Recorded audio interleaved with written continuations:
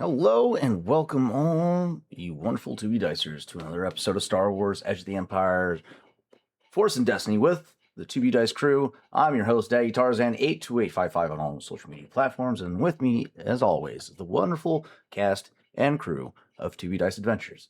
That being said, let's go ahead and roll out our cast introduction for tonight's episode, episode 7, starting off with our guest star for tonight's episode, Jellybean. Hi, everybody. I'm Janelle, or Boss Jellybean, all over the interwebs. And tonight I am playing Slice, a slicer who I've been told might stand a chance. What we're doing tonight.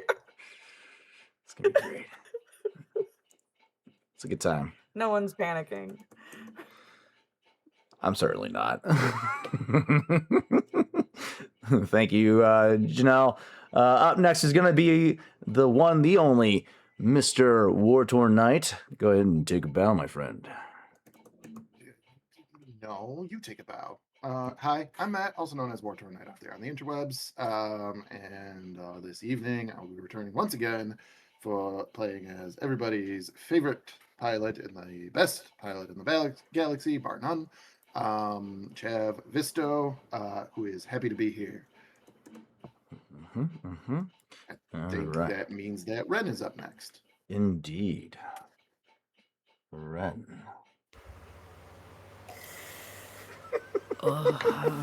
Good morning. Just Hi, one of those days. I'm Ren. I go by Mask Ren on the internet. It's one of something. I play Ego, who is our beloved Twi'lek, charmer and scoundrel who's never done anything wrong in his life. Thank you. No, not one. There's nothing. There's nothing. There's no. Zero things have occurred where he was wrong. Next. How delightful. All right, starting us off on the bottom row is going to be our lovely one half of the two brothers, starting off with Oz. Yes. Hello, it is I, Oswaldo the Magnificent, the man currently behind the curtain, also known as Son of a Ghost on all of the interwebs. And tonight I will also be playing forever and always, hopefully, Raw, one half of the assassin boys extraordinaire who have brought these intrepid heroes to their lovely hideout in Socorro, who are currently now, well, doing what we always do, get into trouble. That is true. And to wrap us off for the time being is going to be Victor the Story Weaver. Hello, everybody. I'm Victor, also known as Victor the Story Weaver, and today I am playing, as per usual, the Ekani half of the Dathomirian raised brothers. And if you think you have seen him, no, you haven't, unless you were here in season 2 beginning when we got nerfed. In which case, maybe you have seen him. Hopefully nobody will today, unless it's deliberate. And Boss Jellybean, you're doing great, sweetie. All right. So, canonically speaking, there's only been one person that's been successful in spotting Oho, and that was Killbolt himself. That being said, we will be joined a little bit later by our lovely bipedal tank of a woman, Diaval.cosplay, who plays Dove. But for the time being, we're going to go ahead and get rolling as we're running behind as it is. That being said, now that all introductions are out of the way, I am Daddy Tarzan again. Once again, you can find me on all social media platforms under Daddy Tarzan 82855, and I will be your Story Master or Galaxy Master. Galaxy Master is better for tonight's episode. That being said, we have plenty of options available for your viewing consumption this with 2B Dice Adventures. One of which being the Frontiers of Ebron episode that we had yesterday, Sunday. the Adventures of Quickstone. That just happened, so the next episode won't be till not this next Sunday, but the following Sunday. We are tentatively trying to get Tales of Arden going this week. It is tentative, so be on the lookout. We'll announce it on X and so all the other social platforms if we are able to get that off, because we had to postpone last week's episode because of poor weather conditions. That being said, that is it. You'll be able to find us again next week on Tuesday for the continuation of Star Wars, as we are a weekly based campaign. That being said, that wraps up our announcements. Let us get back into the thick of it. We last left off with the party preparing for the operation that is to take place, that being the mission to acquire a rare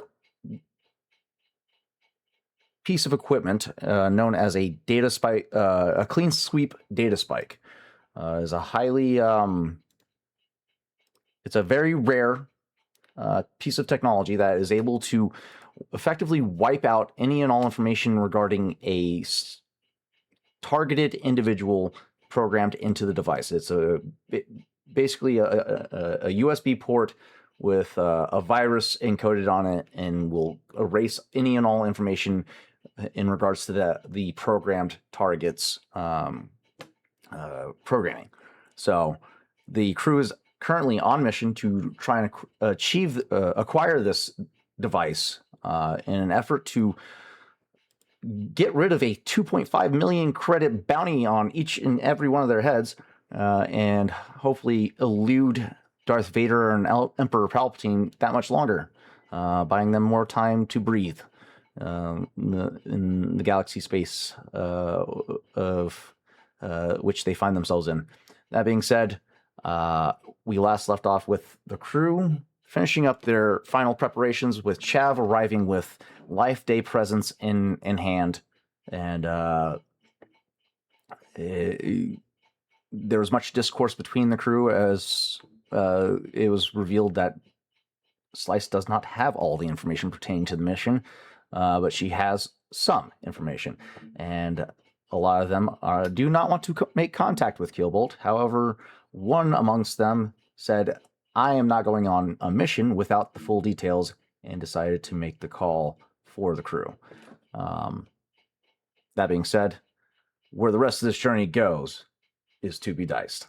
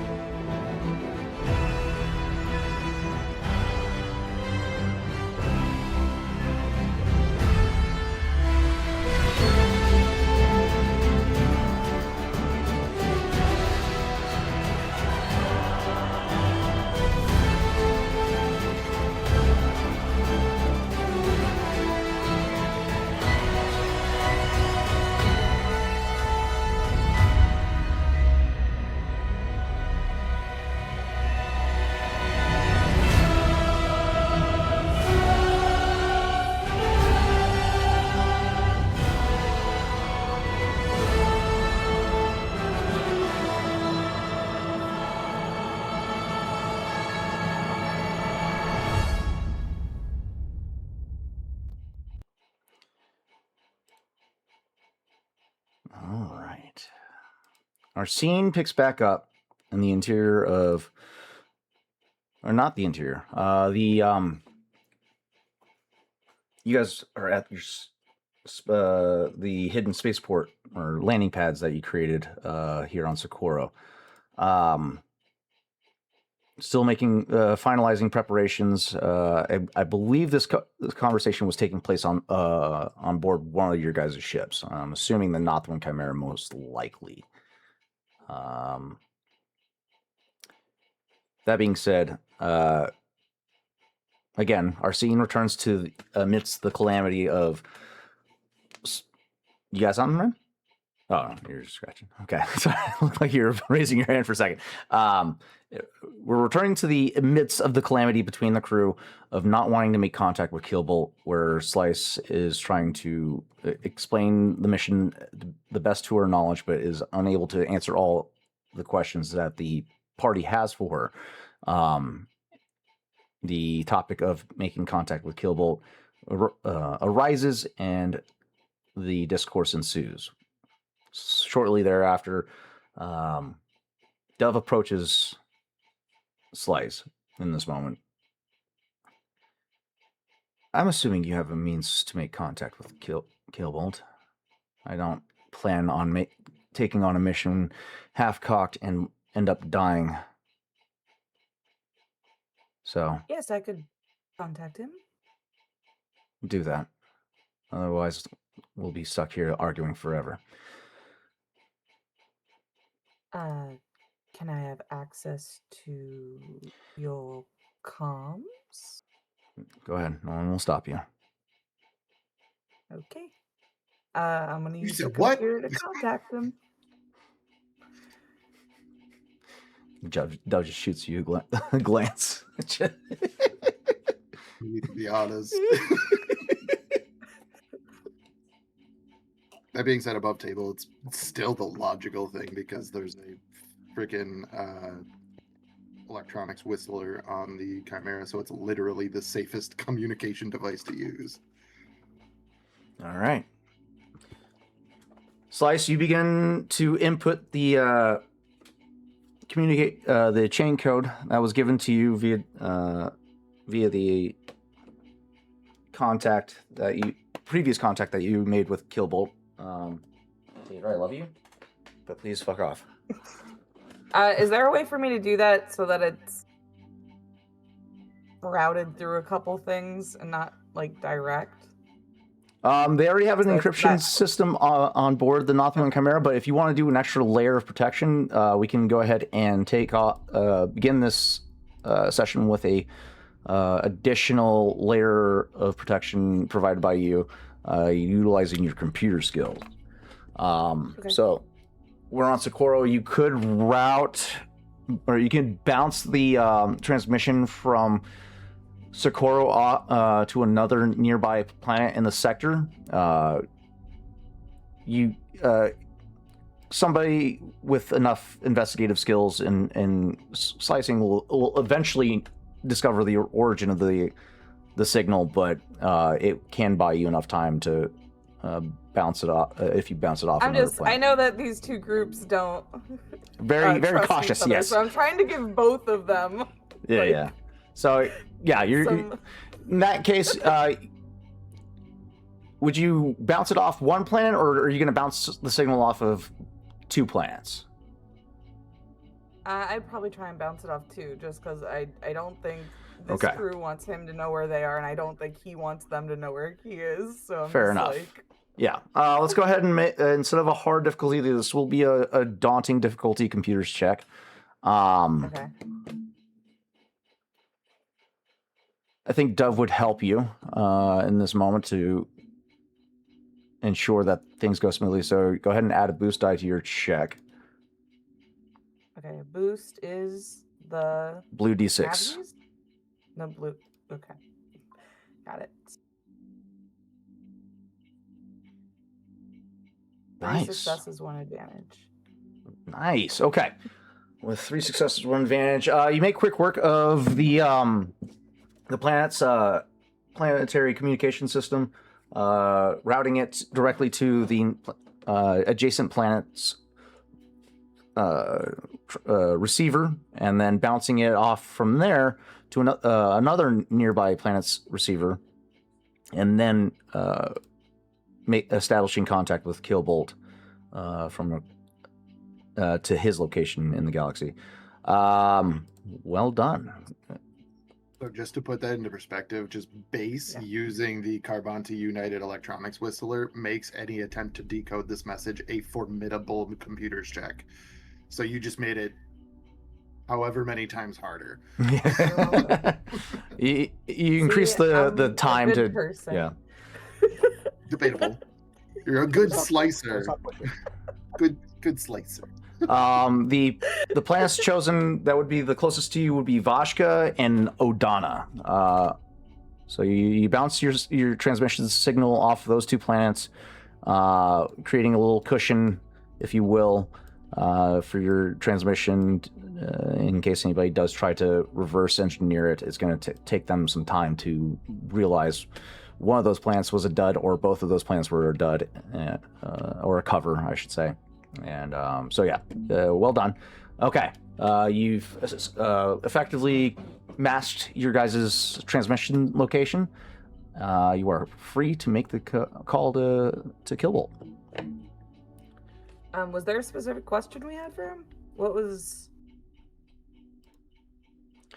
I believe you just there was a few questions that the crew had that you weren't able to answer because you weren't given the full picture on the mission ahead. Okay. One of which I believe was security or surveillance capabilities. If there's any surveillance overwatching the gap in the mountain, and To be fair, like the entirety of that railway.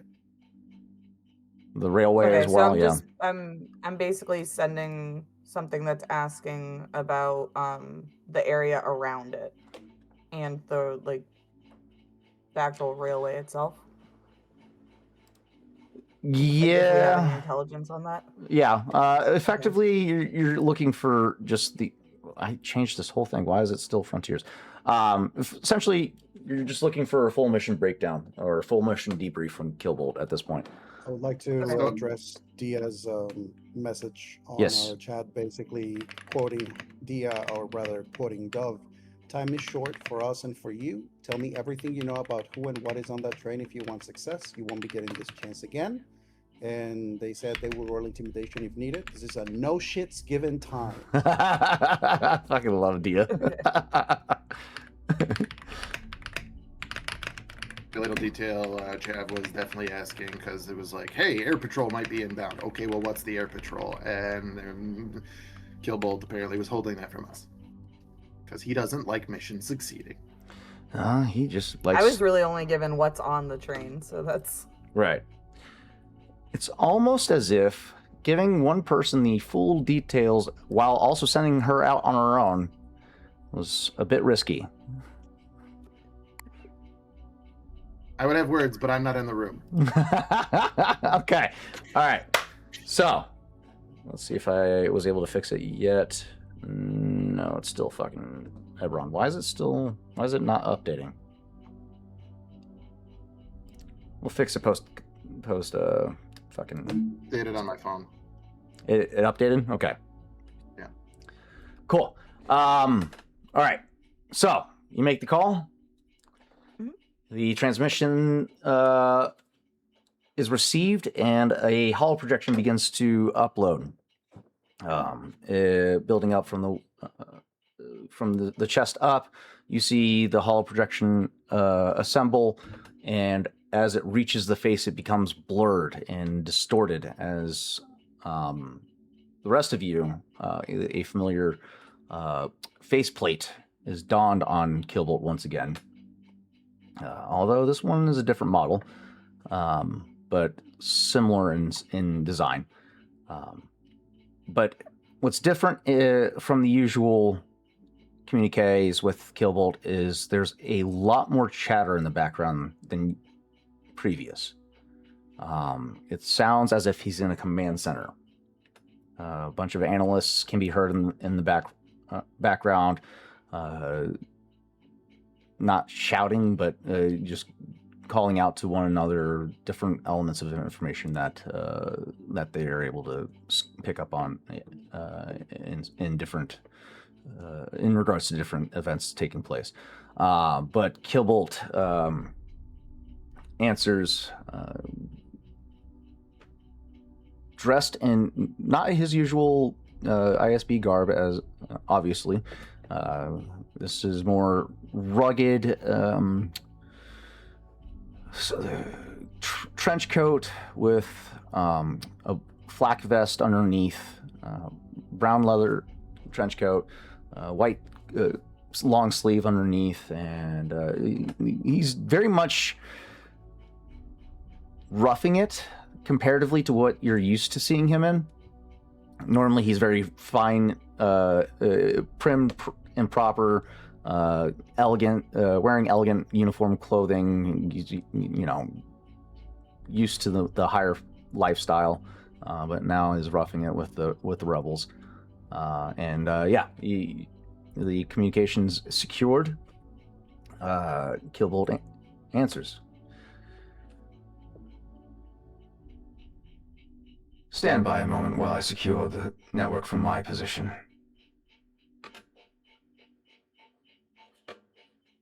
You watch as he inputs a couple of commands. The hologram buzzes for a second and solidifies once again. And he looks around at the room.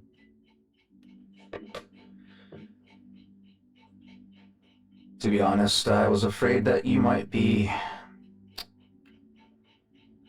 dead, and that these individuals would resort to their more baser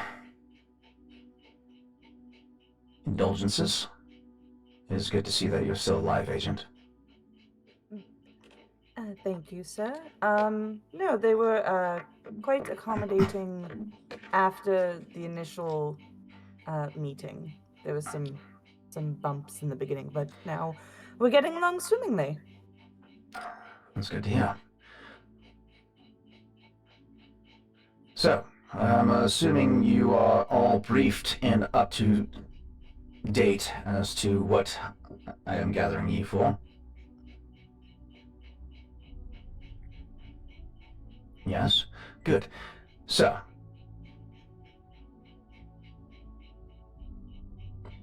this heist needs to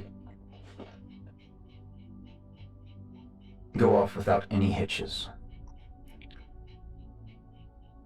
You need to stay focused, and you need to make sure that Slice gets that data spike in her hands.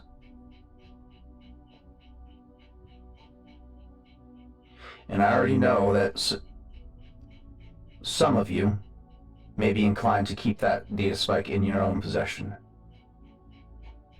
But I assure you, none of you will be able to utilize this device to its fullest capabilities without my or Slice's assistance. Another piece of information that she was not privy to: the data spike only wipes the information of one individual's information.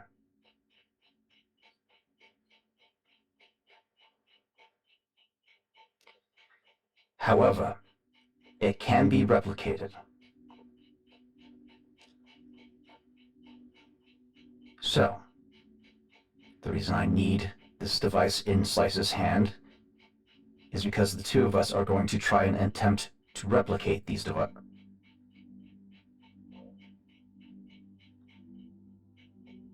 It will be a daunting endeavor, but we will do so and get everyone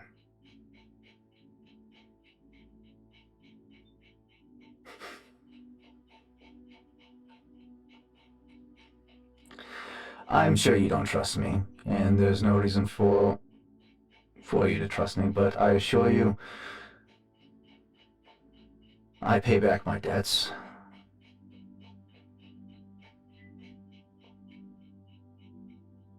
You will all be assigned a data spike once Slice and I are able to make copies of these. Any attempt to do so without our help, and you risk the complete destruction of the device. It takes multiple master slices in order to replicate this virus. So please do not try to tamper with it.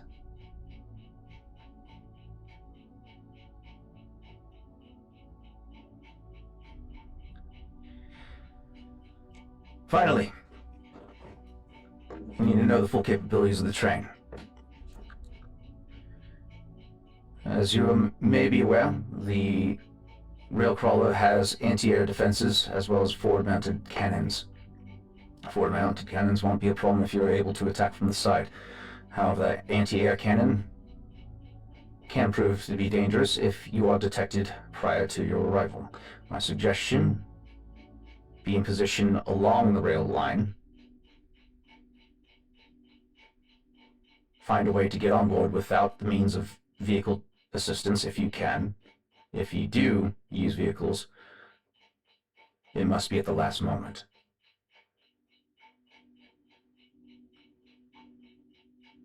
Finally, there's about a 250 soldier complement on board the train.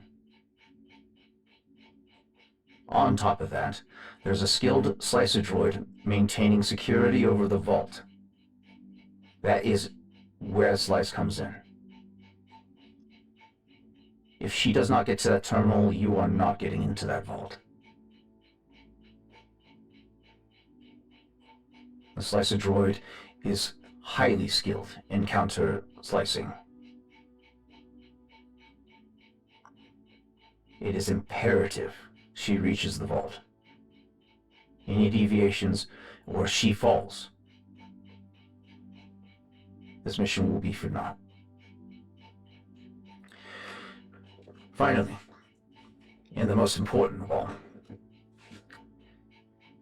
there are third-generation Dark Troopers in the fourth car. If they are activated, you will all die.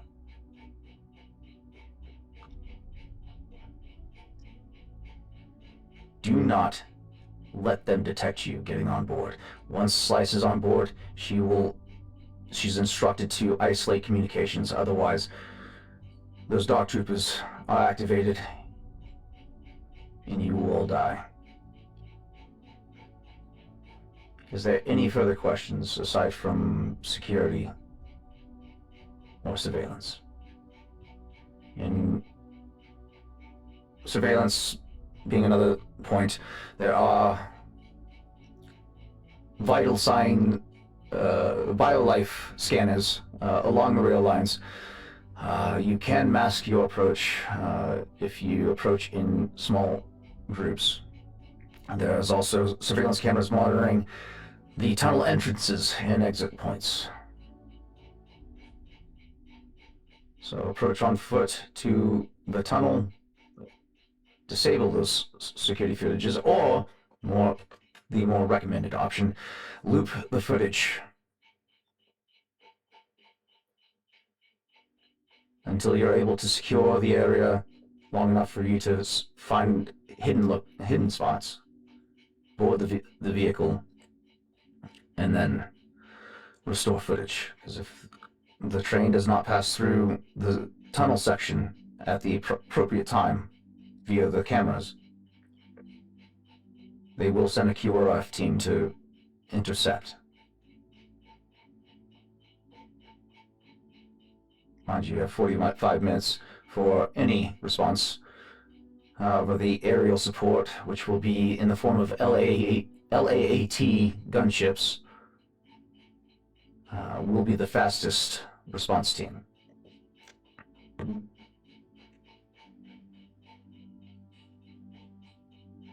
Any questions? Slice just kind of like very slowly like looks at everybody else. Did any of you have further questions? I have comments, but I'll keep those in reserve.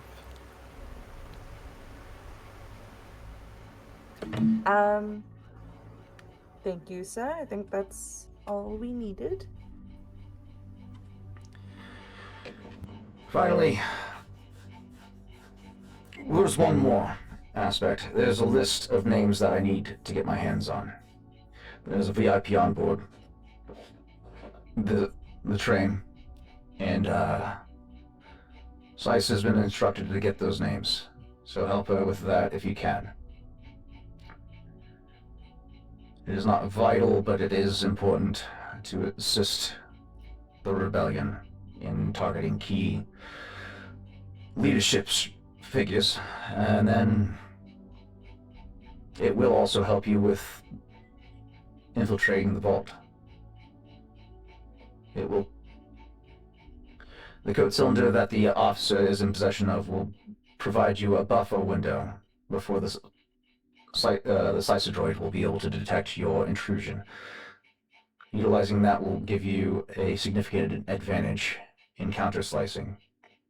So, Slice, it is imperative you get your hands on that if you want to be successful at this mission.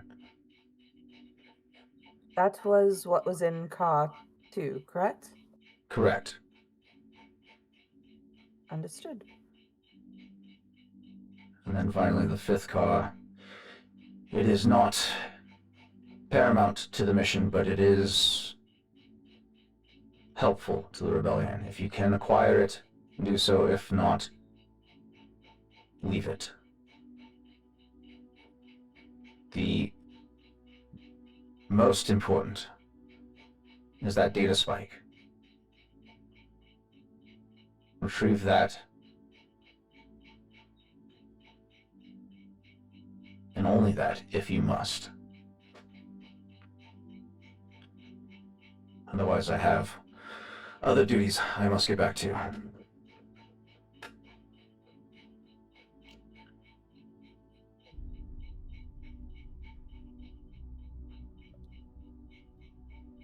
Well, I think that's all then. Very well. Keep up the good work, Slice. Yes, sir. With that, the transmission cuts and the hologram dissipates. You now have a full picture of what you're up against. He's screwed. I panicked, fam. You got a whole car full of fucking third-generation dark troopers. Oh my god. How many dark Okay. troopers are there? Sorry, I didn't get the number. 3, right? No, 6 total 6? dark troopers. Jesus. Fuck. If they Okay. get Tell us- activated, you Okay, are... Tell us- okay. Tell us you hate us without telling us you hate us. Wait, question. Is the other thing that I was told on car 4 also there?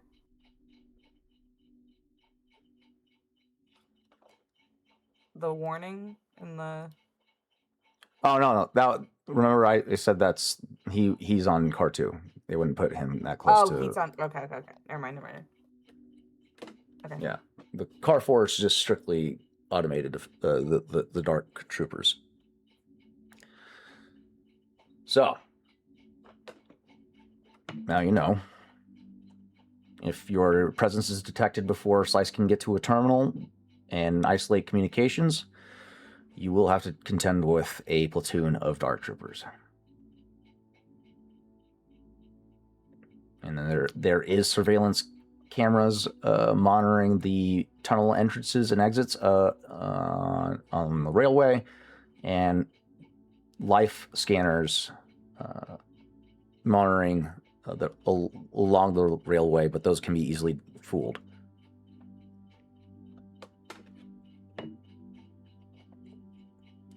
I think Slice is gonna turn to everybody and just be like, so just to clear the room, I did not know that the data spike could only work for one person.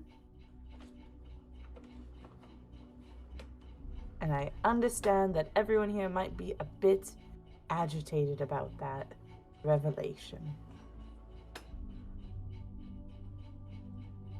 I mean, to be honest, it's the typical agitation that seems to come every time we deal with Killbolt in some capacity. Sometimes more, sometimes less. This is average. Sure. Hey, normally he would have kept that information secret till the very end. Yeah. Yeah, he would have I- nothing because we'd be dead because we wouldn't know about the Dark Troopers. Oh no, he wouldn't have kept that ergo- secret. He would have kept the fucking the data spike Oh, the secret. info about the spike. I have questions. Yes. Before I throw out these ideas. Would it be possible to scan the data spike and have a schematic of it in the computer that is here?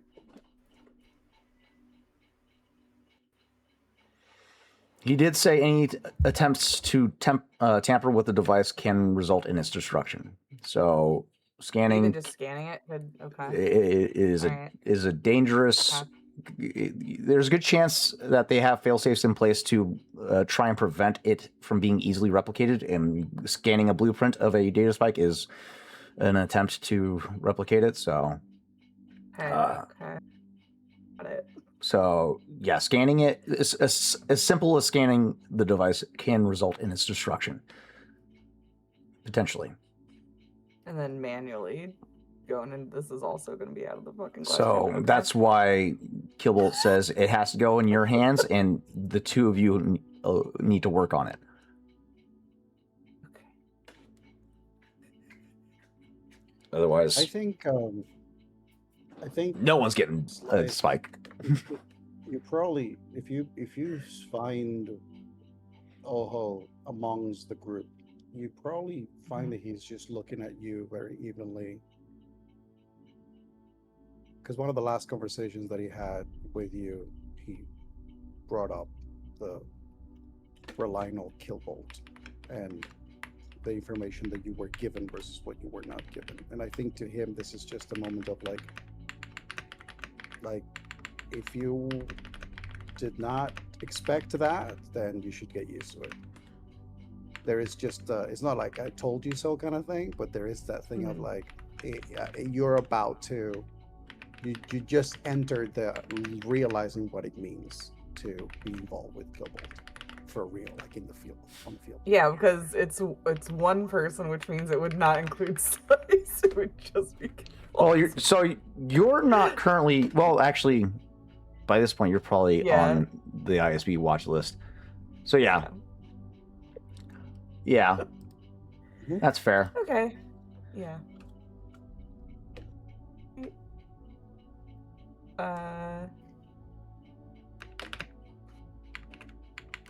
Yeah, I'm not seeing any way to make everybody feel better about this. I think Oho. Don't worry, that's my job. It's fine. Okay, I think great. Oho is going to speak up at that moment, and very calmly and matter of factly, he's just going to. I am certain that there is no true surprise about the revelations that we have just had, considering the person that we are dealing with. But I suppose that this is the time for everyone to speak up on whether or not they wish to continue with this task.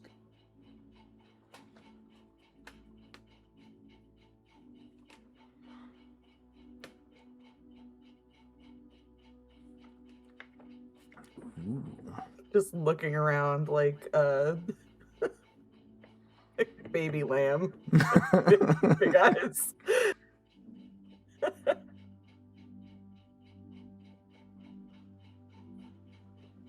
Well, if I need your help to get on the train, so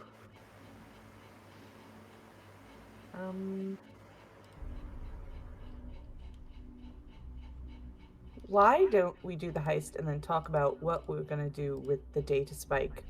With all due Afterwards. respect, I was talking to the crew. Okay.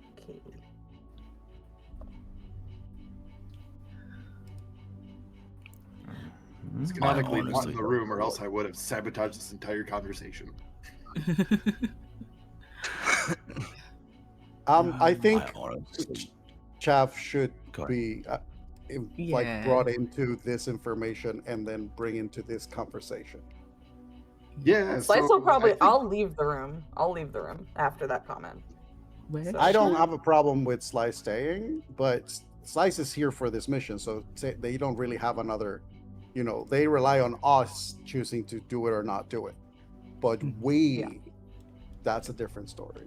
It's actually in Slice's best interest that we do the mission, because if we don't do the mission, we don't need a Slice.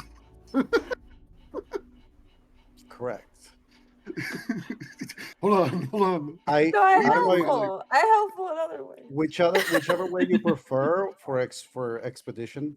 You know, I feel like this conversation with Killbolt, either we also made sure that the transmission was going through wherever Chav is, so that he also has the information, so that then the conversation talked about everybody of what the choice is. Oh, this would have been Everyone's- over the PA for sure. No, don't do that to Chav, because instead of moving something heavy to be preoccupied, he's throwing something heavy out of frustration. So literally, it's just like Chav's not Let's in the do room, and then the comms end, and you just hear. Suddenly we can't do the mission because the Chimera has been thrashed by Chav. Mr. Visto, would you mind joining us here? After all Please? that loud noise, as like you hear a voice approaching with a bunch of swears in Galactic Basic, and then the door opens and he's just silent, comes in and sits down.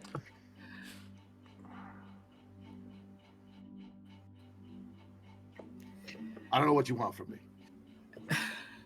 An Other than opinion. Killbolt's held, I could absolutely go for doing that. You know, he's with rebels. We can ask, we can find out his position, and then we just, do exactly what Shiro wanted us to do. Here's the thing. I was already not 100% sold on this. However, what is our alternative? We become goat herds.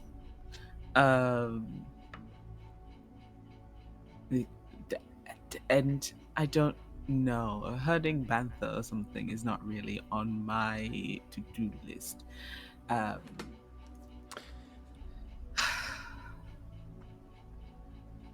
This How is much time do we have now before heist time that he decides to drop all this information on us? The itinerary for the train would be received to you by this point. Slice. The departure time is the 32nd. Where's my calendar? 32nd. And you got to get across the galaxy to Sector P11. You got 1, 2, 3, 4, 5. 5.5 grid squares to travel to. Okay, then we literally had to have had this meeting on the planet, because Chav's timeline of making it to the crew left us 12 hours.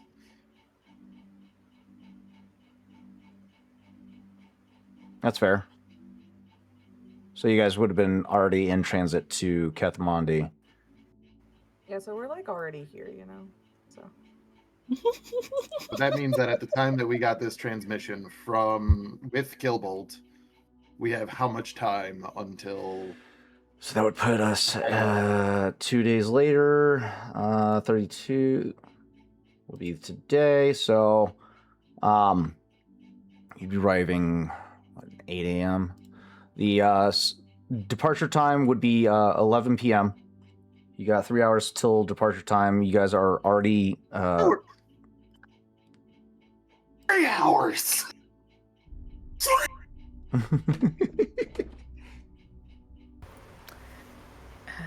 this timeline doesn't really work for us, Tarzan. Hold on. Can we expand this a little bit? Hold on.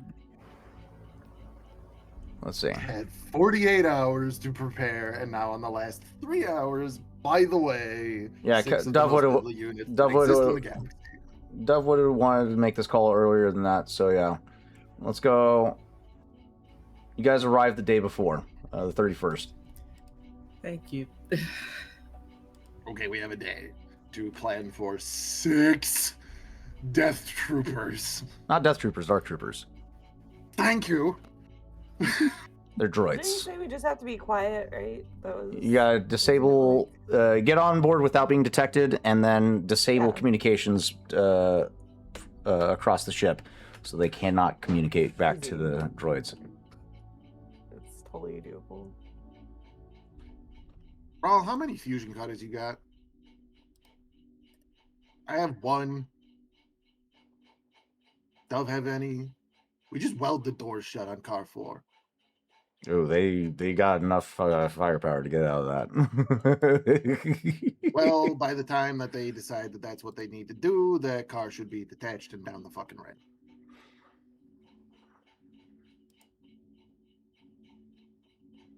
If you get Slice on board, they shouldn't be a problem. Shouldn't.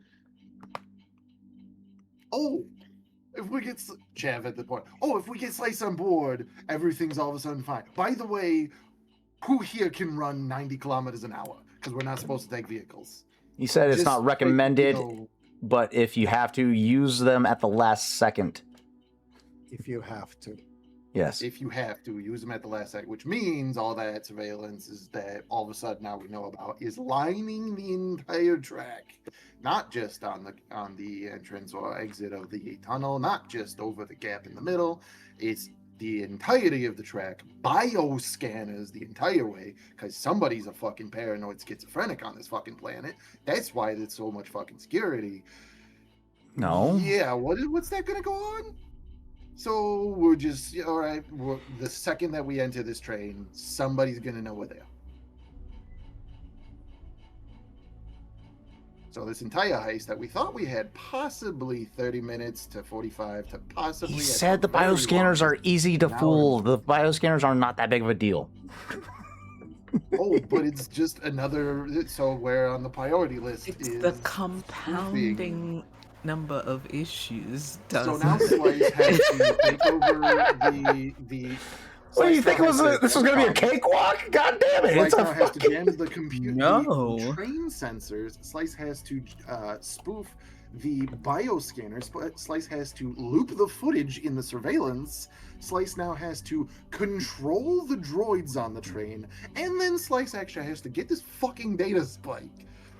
So that sounds like She's got a lot on her hands, so you guys got... rounds that we have to deal with. Let me check my notes again. Around 275 units versus our 7. Action economy, Tarzan. Listen, a large chunk of that can get dealt with by automated defenses. Jev is going to leave the room and come back momentarily and put the 3 Spore Bee stun grenades on the table and just be like, somebody's carrying these and all 3 of them are getting chucked in the car too. That's another good option. Well, Throw in 3 grenades, extract 1 VIP. You still have the blueprints of the train indicating the target points that Killbolt highlighted for Slice to target, those being the power conduits that would take out a large chunk of the military force, as well as the automated turrets that are built inside the cars that you could use as a means to provide extra firepower for your guys' assault. But the power conduits, if you target the power conduits first, then the turrets don't have any power and are rendered useless. So they are very much like a last-minute ditch effort to take out a large chunk of concentrated firepower.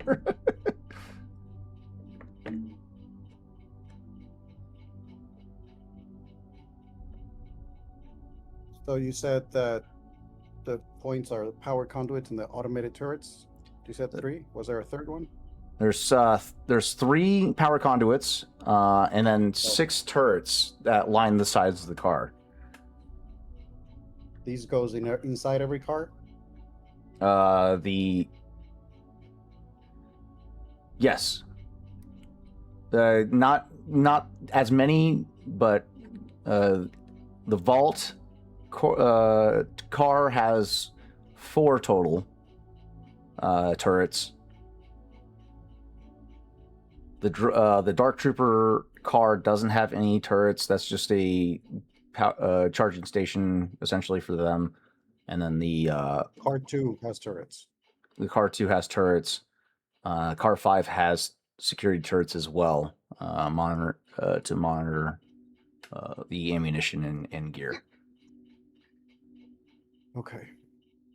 We still doing we're splitting the train Yes. thing?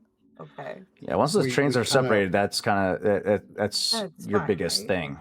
Yeah, once those That's are why the 250 units we already knew about. That's the whole point of decoupling the cars 1 and 2, is that so the 250 people are in car 2 mostly. So they Yeah. can Maybe just keep I going. was mishearing and didn't understand that the car had 250 people in it. Yeah, No, I they- heard Okay, it. yeah, That's there's a part of the bunch of reason why the cars. decoupling was.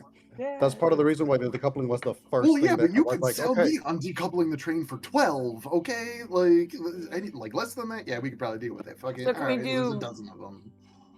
So we have to get rid of car 4 too then? Technically Uh, speaking, as long as we don't trigger what's in car 4, we should be And we're fine. The fine? most important Okay. thing is because they are harder to fight, but action economy and mass, like 250 people, getting rid of that is more priority. yes. And also getting rid of the car 2 with the engine means that the rest of the car slows down. So anybody who needs to join the group and us hopping off of this whenever if things go south, Yeah. we actually are not in motion. We actually potentially are under the mountain, and we can, handle More that maneuver. ideally out in the crevasse, so that way Chav can swoop in and pick up and extract it quickly. Because the more time you spend planet side during this, the more you risk being picked up by Oh, really? QRF. Obviously. But with the decoupling of the cars, now there's an issue. Car 1 and 2, not an issue because they're about to be in an abyss. Car 3, we don't actually need anything off of other than you guys and the data spike. So you guys can leave the tunnel somehow. Car 5 being detached, we can pick that up later from coming from the south. Now it's getting car 5 and the things that we want off of car 3 onto the Chimera, Mhm. which means that there's a box of death between those two things. It's almost as if I specifically positioned that here. I mean, if people are piloting the speeders and the speeders are safe by the time that we're done with this, the movement, if there is someone who can use the speeders to pick up people and move them as we have to move once we have the things from car 3 and 5, then yes, if car 4 is activated, it's a big issue.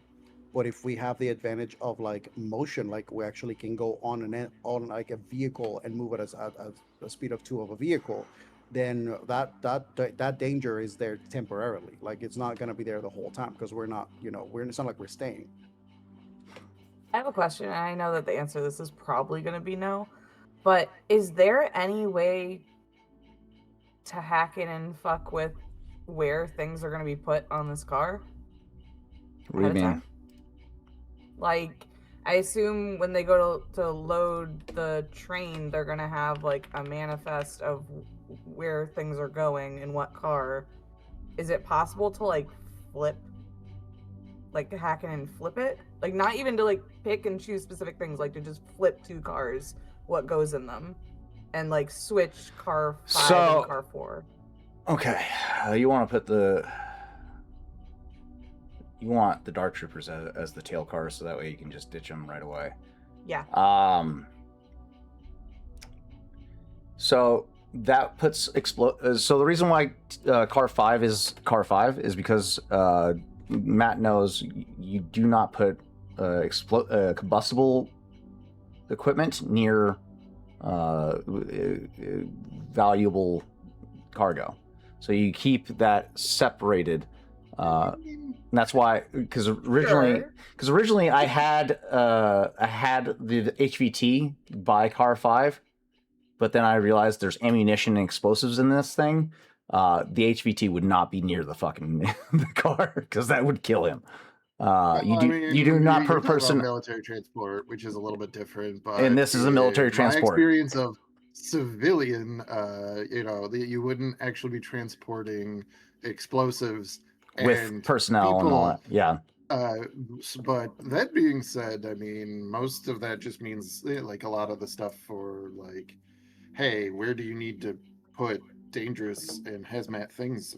Honestly, normally they say like 6 feet is good between other things that you don't want it touching. Um, I mean, I get Thank that you, it's not the Department of intelligent thing to Transportation. do, So but sta- I'm just so asking if we could do it. military standard procedure, they would know that explosives do not go near HVTs and valuable cargo.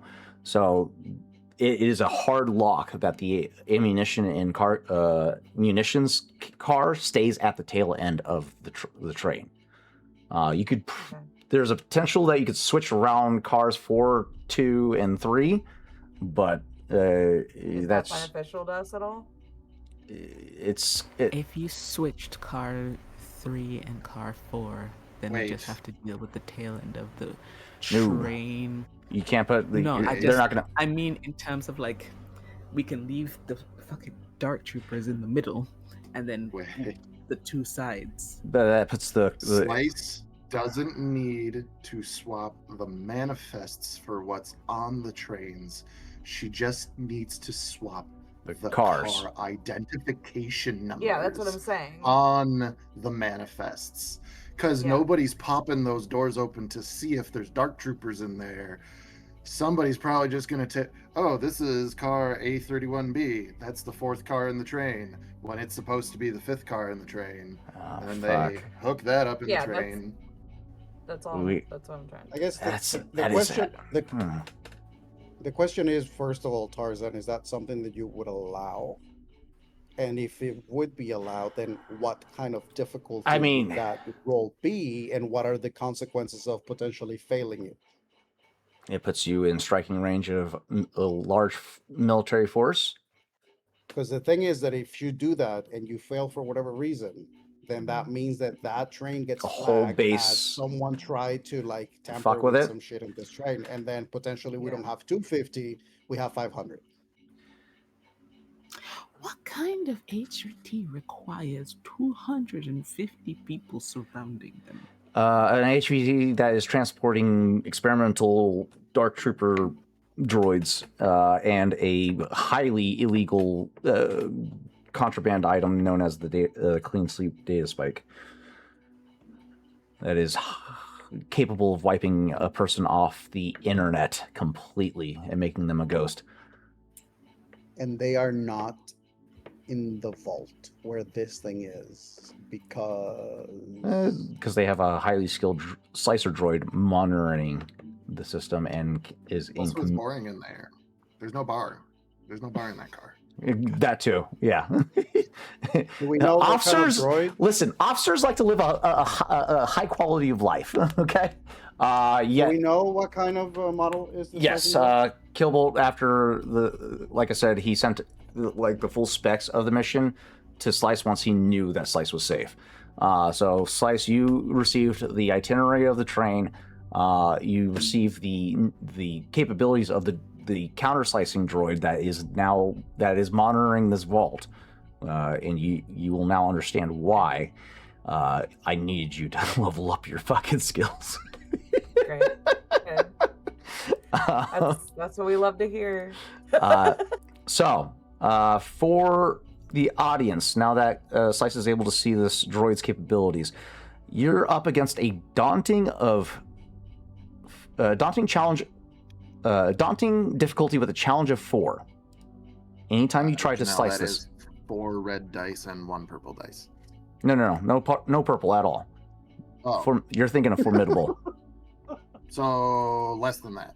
Yes, 1 less. Just 4 red dice. 4 red difficulty die.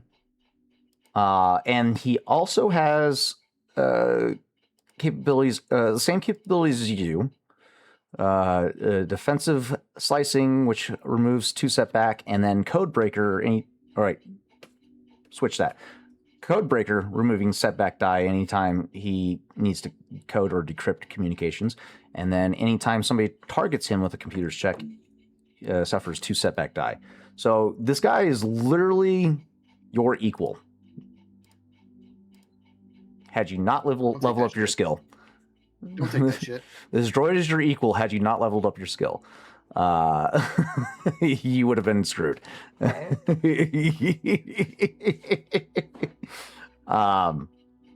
So you guys are neck and neck in skill. Does droid have a neck? Yes, actually. Where's the droid? The droid is in. He is inside the card for vault. 3? He's in the vault. Okay. So he will be Well, fighting. You know what's great? Nobody cares about a slicing droid's combat capabilities. Typically. No. He is your main adversary for this mission. This guy will be fighting you the whole time. Great. If you cannot get the upper hand on him.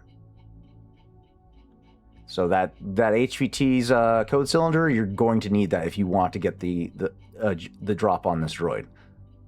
And you're going to need it. What drop? the We were just told we're not getting drop. code cylinder, because the code cylinder has the officer's bypass or information that will allow him or allow Slice to fool the droid for a moment before it comes to biorecognition, the biometrics scanner. That's the so only this operation that we have to do of yoinking this person out of the grip of 250 military personnel. No, we have is to going steal take something place- off of them. Yeah. Okay, and it's going to take place on a possibly 4-foot-long coupler between two train cars. Wait, if we take you said that'll help before the biometric scan. If we take the actual whole person, You could then we get past the biometric scan. correct. Then they just open the vault for us. And then the droid wouldn't be an issue. Yes. So this really But- sounds more like a hostage. Yeah, I mean that is. I don't know if nobody got the point. That is Ojo's plan. The whole point of Okay. yanking this person out Yeah, I of part was- 2 is to have Okay. this person with us. The- That being said, were things not to work out as we want them, Then and we then, just need to then- get this, and we okay. only have a chance to get the cylinder, or this person just doesn't, because we also having them there, we don't know what they can say to the droid and whatever. But Yeah. that is the plan for Good Ojo plan is A to and attempt plan to B. remove the guy completely. I love this. I thought it was a hostage situation. Then you were like, we just need the code cylinder. And I was like, oh, that might be easier. I mean, the code cylinder would help, but having the person that will get you past the biorecognition scanner it would be highly advantageous. I have Is a there a way to question. get this guy off the car? Wait. willingly? I have a question. No, I have a question. What does the bioscanner does? Like, what does the bioscanner scan? Handprint recognition. So And we just need a hand. You just got to Skywalker him. That's got to be digitally somewhere. That's what I'm asking. I was gonna say, if it's A record of his handprint. This I is- mean, this is yes, a- so so- that it's programmed, but look, this is a very controversial device that the Empire does not want floating around. So there's going to be, I'm going to say it's going to be a hand and eye scanner. I can work with that. That's that. all right. So are we at the stage of fuck it, we do it live? I think so. I think once again, Ojo is just going to now, we chat here and everything, all the conversation happening is, I just want to once more bring it up to the crew. We can do this. But if anyone is having second thoughts or choosing against it, now is the time to say it.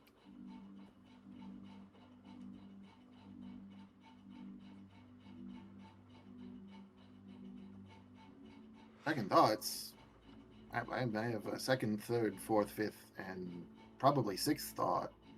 And usually they involve the many different ways that I personally could probably end Killbolt's life. However, I don't think that any of that helps us right now.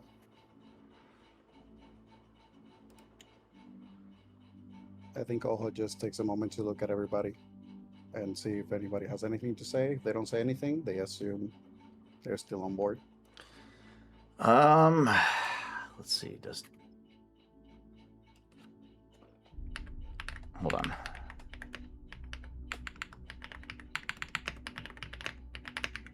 I know what you're doing. Like, of all the people in the group, Dub would be the person that could be like, you know what? Was a fun run. You'll have a good time. The Chav will actually say the options are we all stay the ground because we're all ready to ground as much as we can be and live that way, or take our shot. And maybe the guy who put a bomb in my head might not screw us over when it comes to one data spike. Oh, I'm counting that he will. The question is, will she? And then Oho looks at Slice. Would it be helpful if I agreed to wear the tracker that was on Oho when I go back and give you the code for it?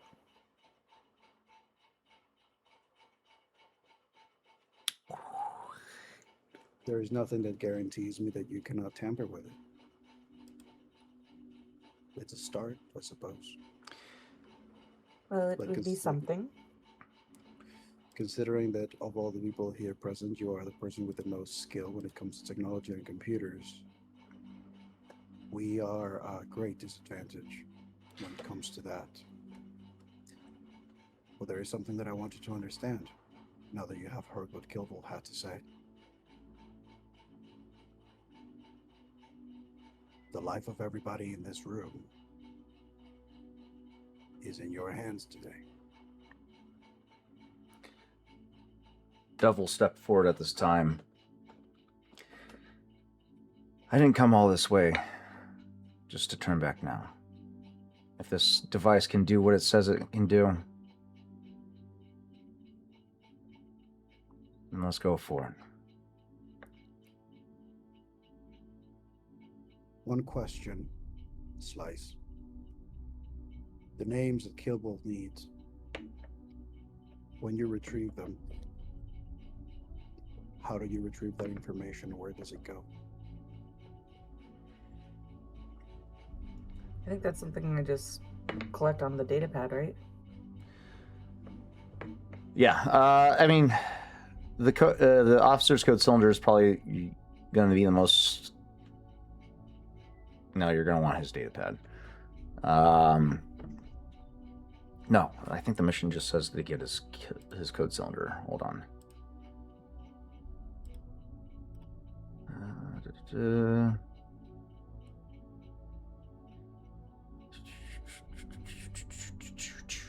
Okay, yeah. So you got to get not the code cylinder for the vault, but he is carrying vital intel on troop movement, which will be kept on his data pad. So there's a data pad being held by an admiral that I need to either retrieve the data pad or copy it onto my device and then bring that to Killbolt. the target in question is Admiral Felka.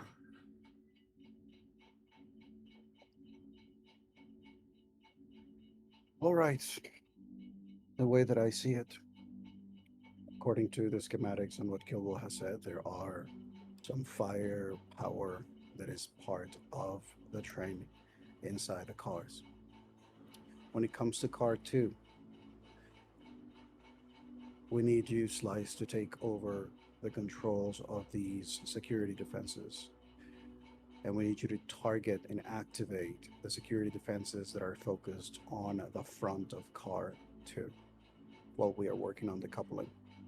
If the fire begins in the front, the Admiral is going to try to take cover behind all these members that he has in that car. It'll increase our chances of potentially having him get closer to the door that we need to retrieve him from. And we need to be doing this very closely to the decoupling of the vehicles, because once that door opens and we go after this Admiral, we need to decouple. Otherwise, we're going to be facing a lot of firepower. So you want me to use the guns to herd him towards a specific door? I want you to make them feel like the threat is coming from the front of car 2 while we are standing in between cars 2 and 3. I think we should also prioritize the communications aboard the rail car. I agree. Communications are paramount, but then once the communications are down, the taking over of the security measures is the most important thing. Okay, should be easy enough.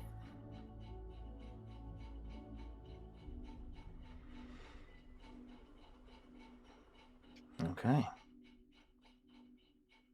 As for dealing with cars 1 and 2 once they are decoupled, do we have any explosives? He looks at Raul and everybody else just to see if we have inventory. Jav's going to start calculating and just go.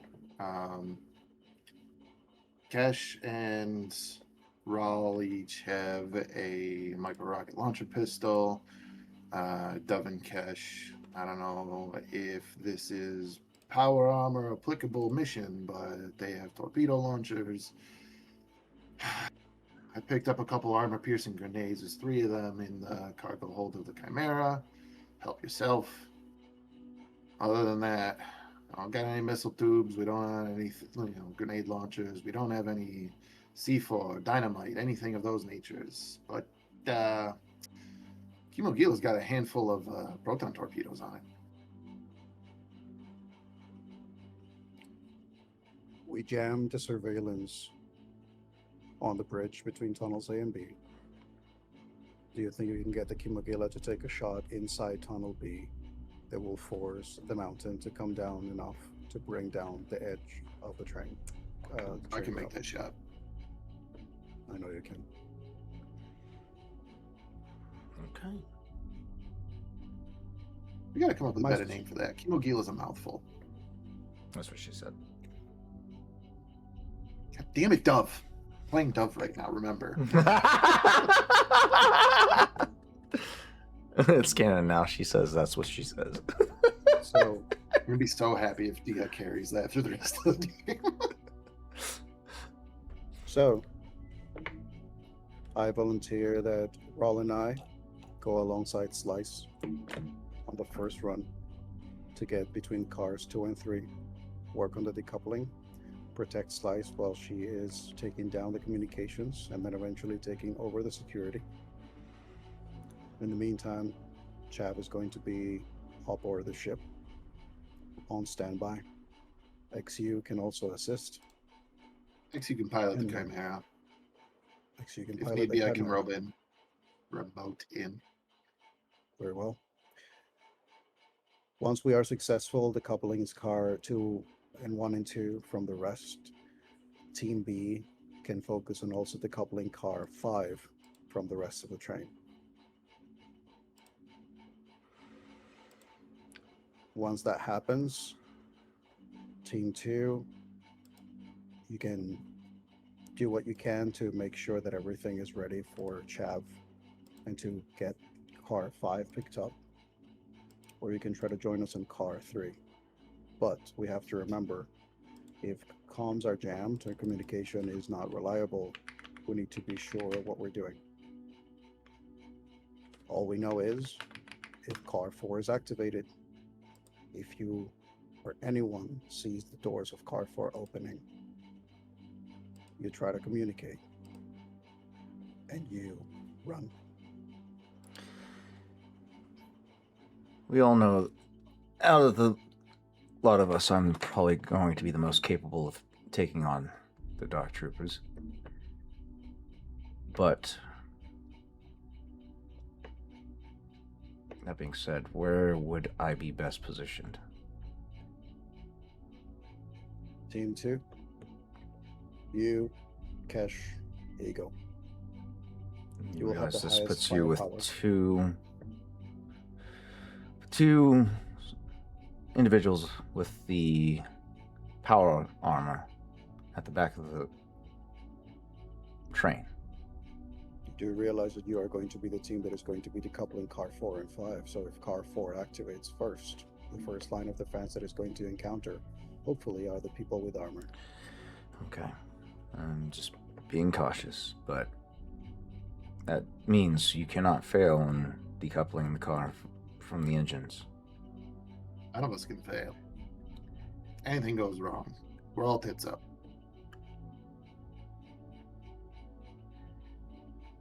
Okay. I hope that that is understood by everyone here. And I think Oho has a moment where he just takes a moment to look at everyone for a few seconds.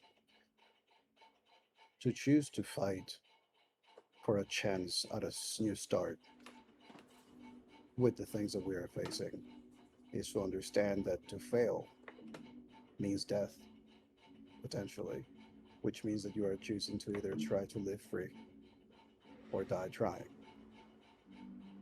I hope that everybody understands that.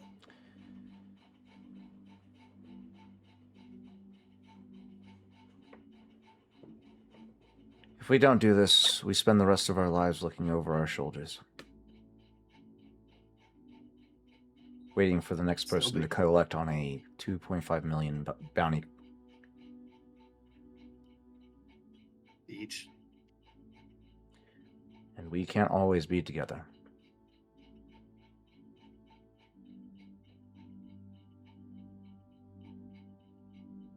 So are we ready then? Almost. Slice. Is that some hacker crap, or do your parents really have it out for you? No, that's not my born name, if that's what you're asking. Did you earn it from what you do, or did Kilbolt give it to you? Cobalt gave it to me. It was more so the ISB. Yeah. but Kilbolt helped you. Your assignment was your assigned handle being SL1C3, but Kilbolt helped you come up with the affectionate name of Slice. What is your name? She looks around kind of awkwardly. Tavon. Uholo, Tavon. Not trying to be offensive. Is that a naming convention of like first, last, or something like that? No, it's just in academy, you generally go by your last name. Vaughn it is. I ain't calling you no agent name. Not on my ship. Speaking of my ship, how many surveillance devices do you and your boss have on my ship, Vaughn? Hey, how many surveillance do we have? From I love that Kilbolt? she didn't even decide, like, oh, are there any? No, she knows there is. How many? All of our ships.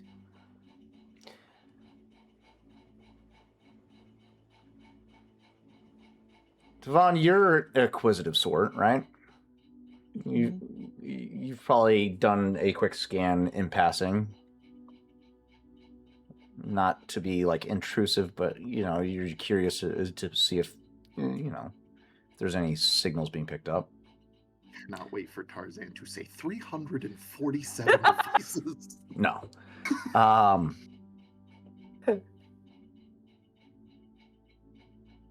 Much to your surprise, none from Kilbolt. Oh. Is it something I can check to see if there's some from other sources? Is it like something I can just A retroactive roll? Yeah, Yeah. absolutely. Yeah. Let's do Okay, a cool. this would be a hard difficulty computers check. Yeah, Okay. using your data pad, you have a boost die from it. Furthermore, actually, Tuvon has a security sweeper, which means that this is actually an average difficulty computers check for her. That it would be an average so difficulty. do I need to redo that then? No, you didn't roll anything on the last one, so it equals out. Okay, cool. 3 successes, 1 threat. You identified a guild signature tracker aboard the ship. I just pull up my data pad and I'm like, there's this. Is that what you're fucking- asking? You seem very angry. Are you alright? Chev is actively still recovering from burns. There's a guild signature tracker aboard the ship. Do you need help removing this? Or do you Can you want keep this it on your intact? ship? Can you remove it and keep it intact? Is it something I can just pick up like the other tracker? The surveillance that taggers was are like a pretty. personnel. Yeah, it depends on the scale. This is, a personnel one is going to be very tiny, but like trying to see something on a ship. This will definitely be a time-consuming endeavor. Well, apparently we have 24 hours, and you're going to spend it not doing surveillance and reconnaissance of the planet that you're currently on? I don't know. Do we have to do more surveillance and reconnaissance after our call to our ex-boyfriend? If I recall, you guys wanted to place bombs and shit, so I'd assume you'd want to fucking... Apparently we didn't get I to don't buy have to place any bombs, though. Technically have to place speaking, we bombs. realize that we don't have actually any sort of explosives of that magnitude, so we're going to have to literally We're play it by Went to a ear by spaceport on having Sapporo to the buy Kimono bombs, shooting. and they came back. I'm gonna go ahead and with a pull up. bunch of gear. I'm gonna pull up the terrain map for you guys, so you guys can go ahead and start referencing it. There we go. Okay. You guys are going to be located. Let me put you on the map. Oh, there's a map in this thing. We can look Mhm. at that. Session. Thank you, RPG Sessions. Sessions, everybody. Not a sponsor. Actually, that's a let cool me- train map. Let's pull up the Northwind A lot of instead. question marks. Is it showing shit? Oh fuck! You're not supposed to be able to see some of that. Oh wait, Sorry, what? that's fine. No. Oh no. I mean, granted, it's just the train that I'm guessing you're seeing. Yeah. I assume It's we would along. know that there's a train. It's along the rail, right? The train's not there now, but it's along. The question marks you're seeing are on the rail, though, right? Yeah, I just see a bunch of question marks on the rail. That's it. Okay, that's fine. That's fine. That's the projected route of the train, obviously. So no need to fret over that. Okay, we're good. I just need to reveal them when it comes time. Let's give you guys the Northwind Chimera. Where is that vehicle? There it is. Okay. Okay. It should be. Always. There it is. Okay. You guys would probably land somewhere to the west that has the biggest valley that or clearing that you'd be able to land a vehicle safely and deploy vehicles from. Or you could land more northward, but that you have to deal with the ridge line from the mountains, and we're definitely going to need like a space for a we're setting up where we're planning our ships, because we could just take the Northwind Chimera and the retrofitted hangar bay and leave everything else back on Socorro. Yeah, That would be probably the most ideal. You don't want to travel here with a large complement because this is an Imperial controlled planet. Yeah. And Which also, the Northwind Chimera doesn't look like the Northwind Chimera anymore because I took the skill Fancy Paint Job. ooh. So- But that being said, now that you're on the map, you should have control over the Northwind Chimera token. Go ahead and place it where you would prefer to be positioned. And we'll go from there. Okay, I see. You put a broken image for the character sheet of the Northwind Chimera, so I can't fix that for you. No, that's fair. I think that we discussed that the Chimera would be landing as close to the tunnel, somewhere in this general vicinity, probably. Like the Chimera probably would let the speeders off there, and then before the train gets there, they would move closer, so that when the train is passing, they just need to fire up and go. Yeah. The Chimera would probably hang out. Planetary speed is a lot faster than anything else. It would probably just hang out there. I would probably disembark the Kimogila from the retrofitted hangar bay. Chav would be in the Kimogila, and then Xe would pilot the Chimera. And when it is go time for us, we would then leave this location to go to the void between the mountains, also known as the cleavage. The cleavage or the slice, because we are in It's the cleavage. we're in the sector that is known as the slice. Well, I imagine that they're not talking about this ravine. Okay. No, the planet or the sector the planet is on is called the slice. Come on, get me. There it is. That's probably the closest we can get. Okay, that's good. Are you guys able to see the range bands? Oh yeah. Okay. Let's go ahead and close that then. Okay, cool. We go to map editor to see Yeah. the map. Yeah, if you go to map editor, you'll see the map. Cool. All right, so I'm gonna add character tokens to where you guys would like to position yourselves. Go ahead and do so. You will have access to your character tokens. And add selected. Notator. I already know your crackhead bullshit. Okay. So yeah, go ahead and position yourselves. Do you want the vehicles too? You know what? Let's add the vehicles too. Why not? Let's get fancy with it. Well, everybody's going to be on. Well, two people are going to be on each vehicle, so literally whatever the pairings are, they're just together. We had two 614 AVAs, if I recall.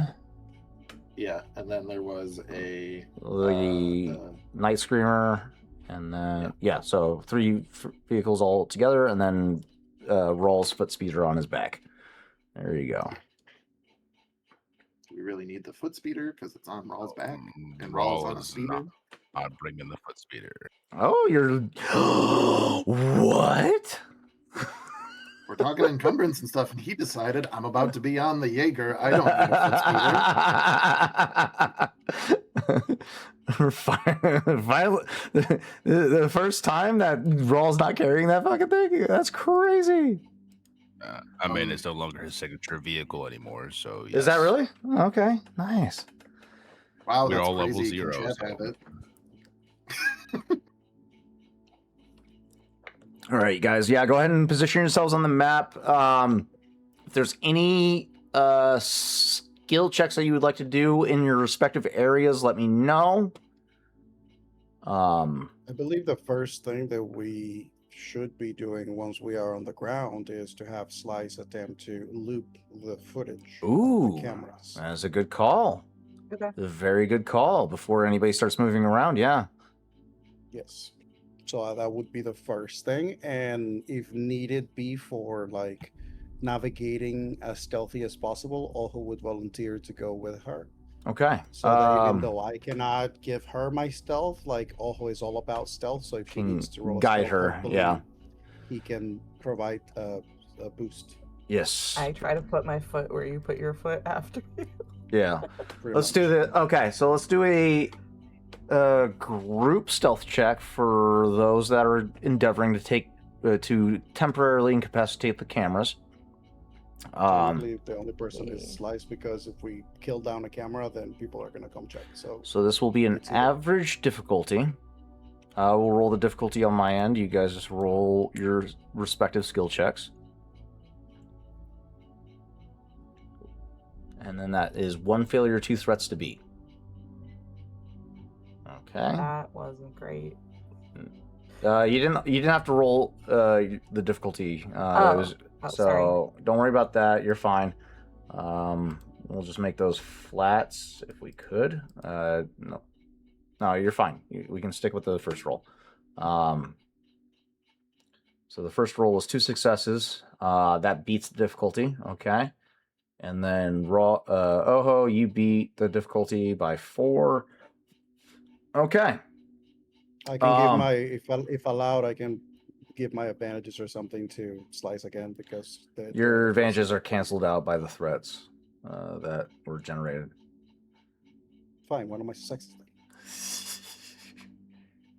You know what? I'll allow that. You generated enough successes to cancel out the threats, because otherwise you would have been moving way faster than she's used to. So she would have been straining herself to keep up with you. Instead, you intentionally slowed yourself down to help Tavoon maneuver effectively without compromising your guys' position. And I'm guessing, Rawl, you're joining? Or no, you deleted your result. I'm not coming. Okay. I think this, the way that this looks, is just like they're navigating through the canopy, and it's just a thing of like, do what I do. And there are moments where Oho is just like moving and pausing behind a tree, and then potentially ends up grabbing, like Slice has to be like moved right on a moment where like one of the surveillance is like moving, and then he's just like signaling at the count of like, and then like having her move first and move, and so he's just like completely just timing. You see this, like he's Okay, so we're going on 3. Yeah, this is Not 3 dear and. Lord. Yeah. Dear Lord. He will literally grab, just like move. So you yeah, in normal circumstances, Oho would have been long lost at this point for you. He's intentionally nerfing himself in this moment to help you keep up and stay hidden from these surveillance cameras, all the while also staying out of the range of the bioscanners that are along the rail line. And you guys eventually make it to the camera towers. This is going to be a hard computers check. Depending on how successful you are, will determine how many cameras you get access to. Okay, everybody pray. Do I get a boost die for this at all? Victor, do you have any proficiency? Do you have any proficiency in computers at all?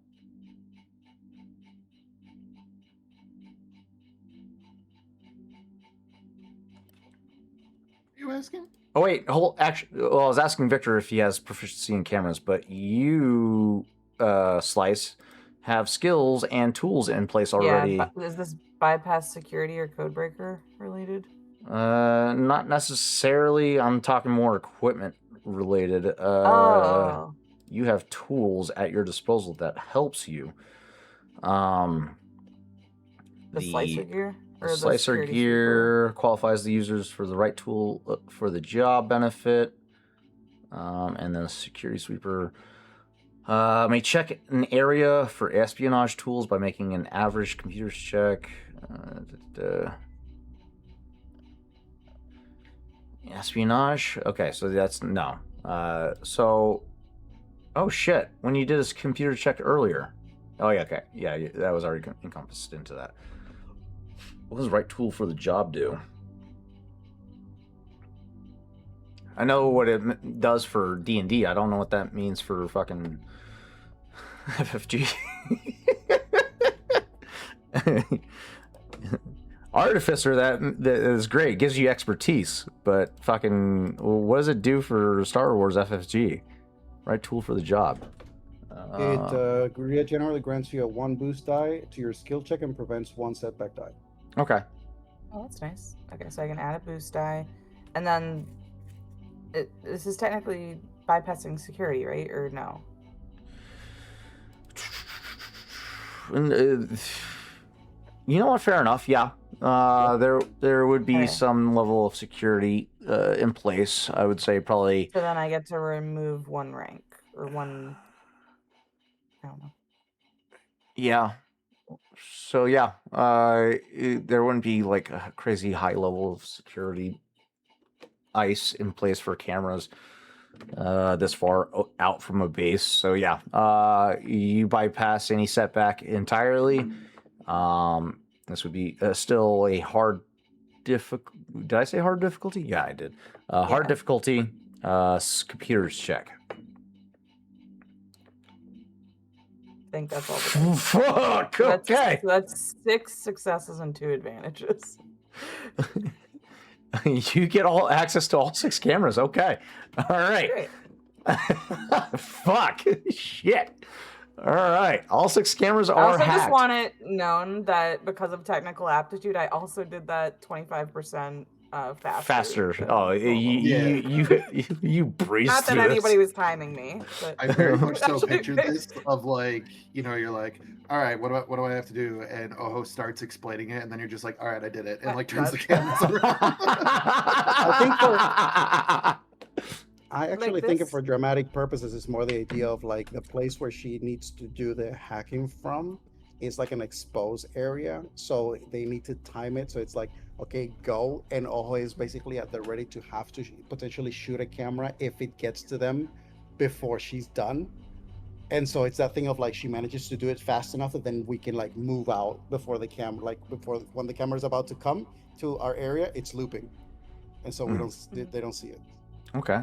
All right. Well done. Very well done, Jellybean. You know what? This is a perfect time for us to highlight Jellybean's aptitude towards computers. Can you take a quick moment to embellish on what it looks like when Slice is in her element? I think she's just like it looks like she's having fun, similar to how she put like a game on their computer. Like it looks like she is enjoying herself, right? It doesn't look like somebody at work. Mhm. And I think she probably did actually like actually time it on her data pad herself to be like, oh, new record. So yeah, it's just that's like the first time you see like a really big smile on her face. Okay. When she's All right. at her best. I like this. And now- So, Now Oho, all of the cameras have RGB rotating color displays. so Oho, you're stressing because it looks like Slice is screwing around when she should be fucking focused, and you're seeing the camera panning towards your guys' position. And you're like, stop screwing around, fucking get the job done. And she's like, she's still typing away meticulously with this big shit-eating grin on her face, and it gets to a point where it's an acute angle of dead space that you guys are currently in, and you're starting to sweat a little bit, and you turn to look at her, and she's turned the computer to you, and you can quickly realize that she's been fucking with the RGB settings of her computer, and she had already circumvented the security program and looped the footage from the past 24 hours. She's I just also like, just want it known that Slice is also making like a little hacker screen that like she can put onto somebody's computer if she wants. That's like a little chibi version. so yeah, of she's got Oho, a whole going, "You can't nother see me." yeah, she's got a whole nother second window up that she's been fucking coding this whole time. And it's just a chibi Oho. You've been made into a chibi, my friend. I swear. I think there's no comment. There's no comment.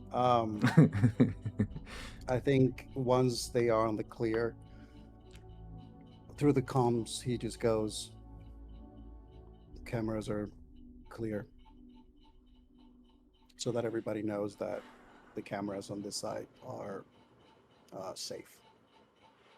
Not just this side, all the cameras. Oh, all the cameras.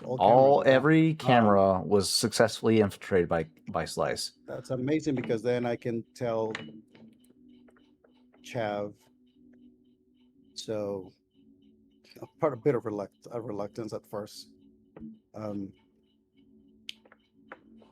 She took down all the cameras. You guys haven't been. You haven't been gone that long. What do you mean she took down all the cameras? She took them down. All cameras are looping. Yeah, you are on the clear.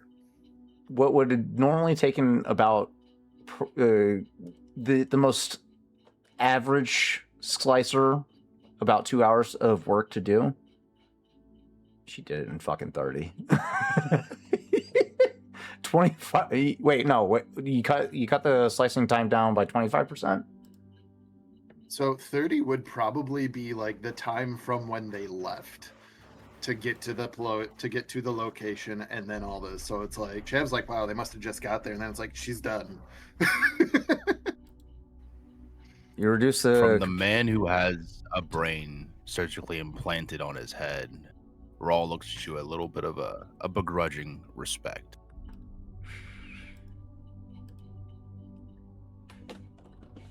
Yeah, it takes about half an hour for so effectively you pull off a record-breaking slice job.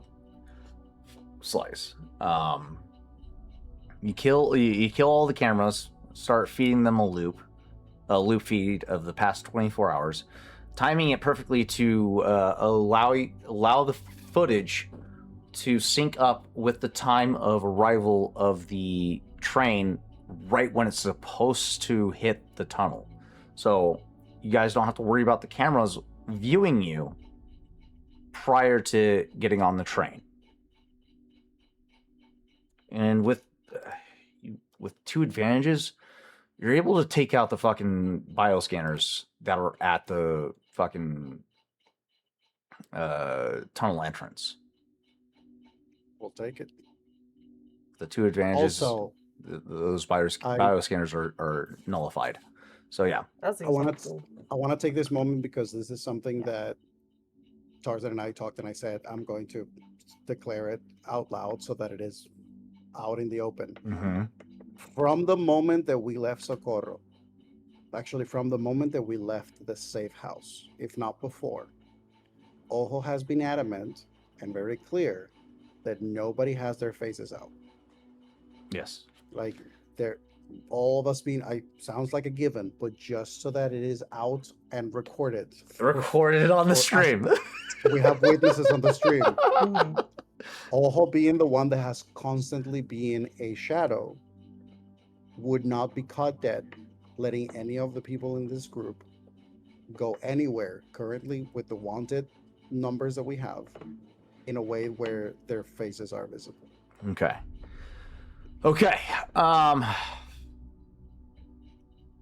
Fuck. With that time, yeah, you have time to. Granted, the tracker already on the Northwind Chimera. With that being identified to the party, you have time to fuck around and try and get rid of it. But yeah. So do you want me to do that? Yeah, it's going to take some time. I want you to remove a surveillance system that is tracking the movements of the ship that is actually more important than my own life. Maybe. I think, perchance, a little bit. Yes. Okay.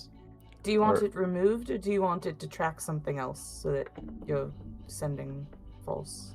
Well, that's why I That's was right. hoping that you could remove it physically without destroying it. So maybe somebody with sleight of hand could sneak it onto something else. Ooh, okay. How do?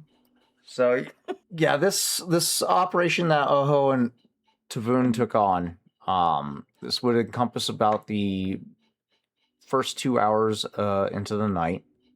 So you have 11 hours. It is currently midnight. You have 11 hours till departure time, or till arrival time to the designated strike zone. The train is supposed to arrive at your guys' position by 11 a.m. So 11 a.m. 11 a.m.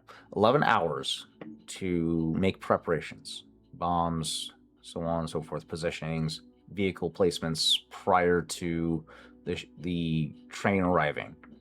That being said, before we start taking on any other additional side missions, are we positioning any equipment, vehicles, explosives, anything, while you have this? Explosives to place.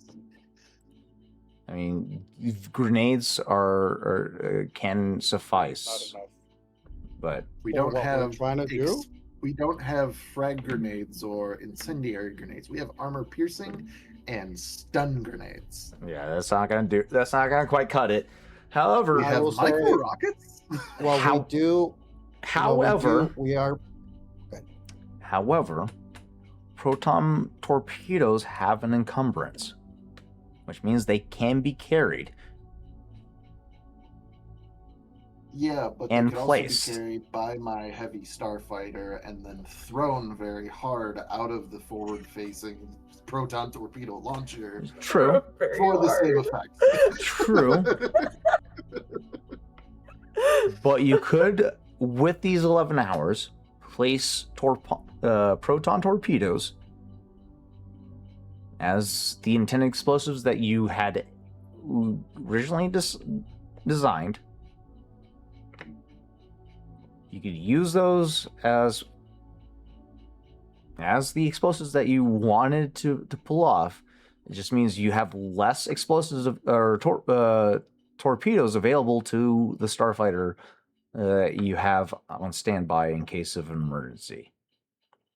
So, in Chev's expert opinion, do I, for some reason, have the belief that 2 proton torpedoes, since it has the linked quality, hitting this cave is not going to produce the effect that we think it will? Let's take a look at the damage output of a proton torpedo. We have a damage of 8 and I think a blast quality of 6. That I could be wrong, but somebody went and removed the M12 El Kimogila. I'll add it back in, you giant baby. Jesus. Damn, a giant baby, goo goo gaga, a starfighter. There you go, buddy. All right, it's added back Thank in. you. Thank you, Daddy. The torpedoes have a damage of 8, blast I of was 6, right. breach of 6, breach of 6, which is a big that's a big deal. Which makes sense. These ones do not have the linked quality, so They have the I guided. would be firing them. Well, guided is fine. I don't really have to worry about missing a tunnel. But that being said, you have 12 of the, not 12. You have 8. I have 8 shots. You could position these. You could position 2 of these preemptively. Well, what I'm getting at is, would one not cover it? So damage of 8, blast of 6. That's a total of 14. Also, well, if we're actually being honest, so 15. That's for 1 success, and Chav is about to be doing this. Yeah, and then on top of that, breach ignores armor entirely. So there is for a mountainside, there is no fucking absorbing damage, especially with his breach. So we're talking a total of... So would one shot from the proton torpedoes fired allow the effect that we want of the At the tunnel to m- collapse at the and mouth of a tunnel? destroy the rail below to the To point that it looks like a collapse... cave-in and destroy Yeah, things. to collapse the tunnel, any disruption to the structural integrity can cause a catastrophic failure. That is a very commonly known fact. So, that being said, it's going to be well reinforced if you're going to be traveling underground, because the entry point is the most dangerous point, typically. Reinforced, but also you did say that these were not carved tunnels. So- They're not carved. They're not bored. They're demolitioned. So,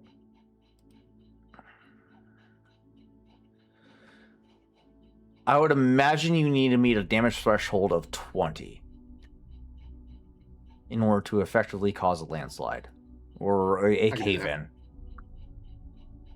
With a base damage of 14, you need at least 6 successes on top of a successful hit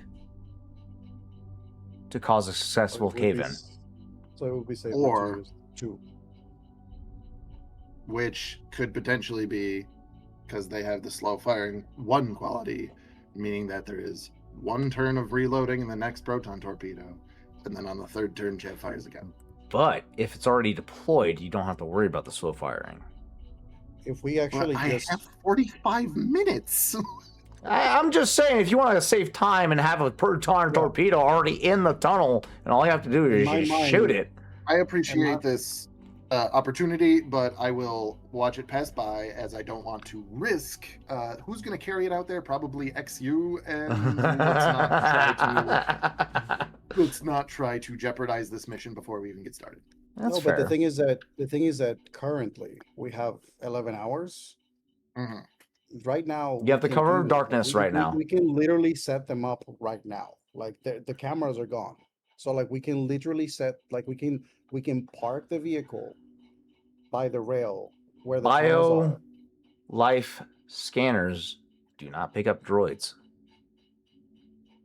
Oh, so I'm just going to send XU on a solo mission with my heavy starfighter and hope. That Wait, but there's didn't I not a disable patrol. those? So they Check don't. Uno pick with up dis- any one from damage? the front. Oh, Dove is here. You I've disabled been 2. saying, let me in. Sorry. I don't get notifications when I'm streaming. Sorry. Reminder, Dia, mute yourself in Video Ninja. Thank you. But welcome, Dia. Lovely to have you. I'm so excited. Fucking yeah. There's you disabled the first 2 bioscanners at the mouth of the tunnel for the mission. So, but on top of that, droids aren't picked up on bioscanners. So. Do you have a? Is it safe to assume that the Chimera probably has one of those like magnet like rope things that you can just like lower something? That's up to Chav at this point. Say again? Like, would the Chimera have something like a like a rope, like a magnet thing, like if you wanted to like pick something up? So if you wanted not like a train, but the like a rappelling rope, but you also could be used for picking up cargo on the fly. I don't want to overcomplicate it because I'm just saying Well, that's for kind of where I'm basically getting at with dropping. So planting of the so proton torpedoes. again, I can just shoot 2 times. It's fine. he's talking about the Moth 1 Chimera, but referring to the Solo movie, when they pulled off the rail car heist, they had those repelling lines that that descended down onto the train. That Chewie and Han had to hook up to the rail car to pick up the coaxium. Uh-huh. That's what he's talking about. I was just trying to basically make it simple of like the Chimera can literally fly over the mountain, drop off XU with the torpedo things, like right at the mouth of the tunnel B. Yeah, so we can like climb utilizing up, one of those cables.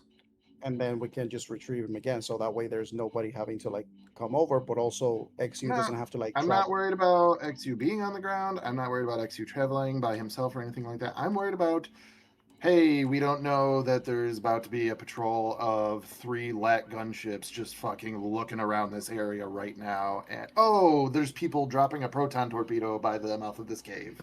It's me looking at this going, this is an unnecessary risk if Chev can just pull the trigger twice. It is fair. That is very fair. It's just You Chev guys being going the ahead person and who deactivating flies? the surveillance? Exceptionally awesome calculated risk. Chev doing, they're like trying to get a proton torpedo up there. If 2 of them will do it and I can just fire twice, is completely like make it, why spend the time and effort and risk? That is a very fair. That is a very, very fair argument. I Moving was on. just providing you an option for extra preparation. And I thank you for it. However, I think that if it was brought up like, hey, we could just plant one up there, Chev would just be like, that's all right, I got it. I got it day of. Let's not leave a paper trail, or in this case, a heavy Physical trail. That being said,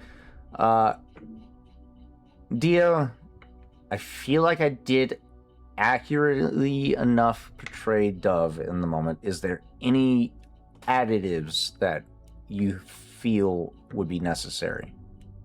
I would not know what you did because I mentioned very briefly before. Sorry. So, what I It's had canon that Dove says that's what she said now. Yes. That was one moment, unfortunately. We'll see if that sticks or not. But when it came down to the decision making of taking on this mission, with the revelation that the data spike only works on one target, whatever target is programmed into the data spike, that's what it works on. However, Killbolt revealed that he plans to replicate the data spike with the help of Slice to cover the entire party. Oho and Rawl Chav expressed the distrust of Killbolt and whether or not he's actually going to follow through with it.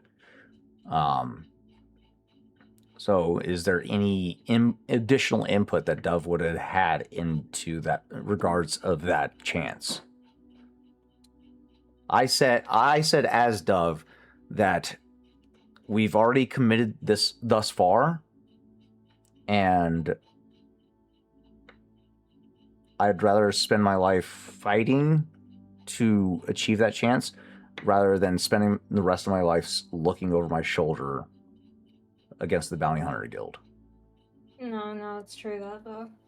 Because Dove's train of thought, and she will share this with the party, is the fact that we have a chance at all to get one of these things, let alone more than one.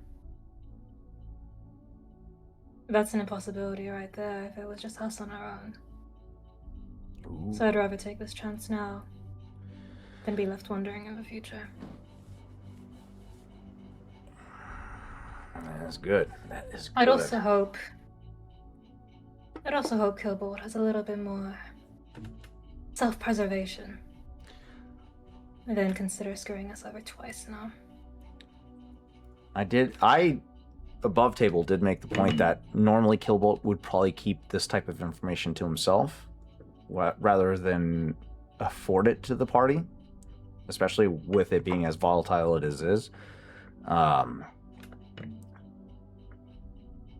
then he did express that he plans to replicate this device, but he did explicitly say, do not attempt to try and replicate or scan this because it will result in the destruction of the device.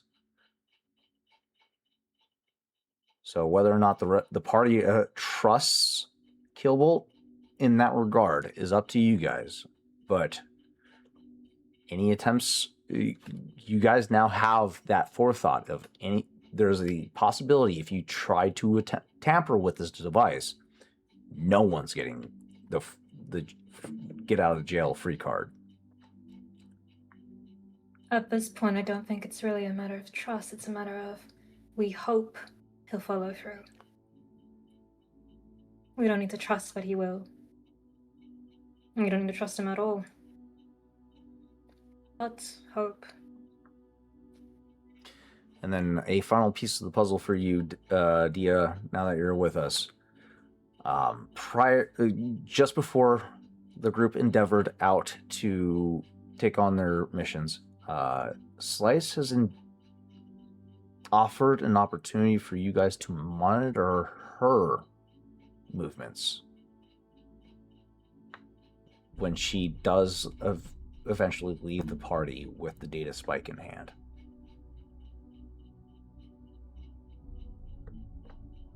Any further input in regards to that?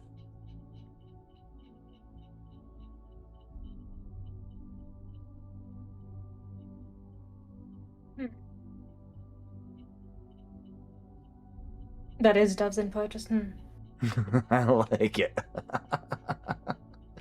Okay. Yes, she will be monitored, obviously. That being said, the crew has successfully infiltrated the security systems of the rail system and looped the footage, as well as disabled the bioscanner systems that are monitoring the entrance of the tunnel on Kethmondi. That being said, I forgot to mention the planet that the crew is heading to. The crew went to Kethmondi, which is a war front planet that, more notably, is the prison planet that held Chewbacca once upon a time, where Han Solo liberated him from.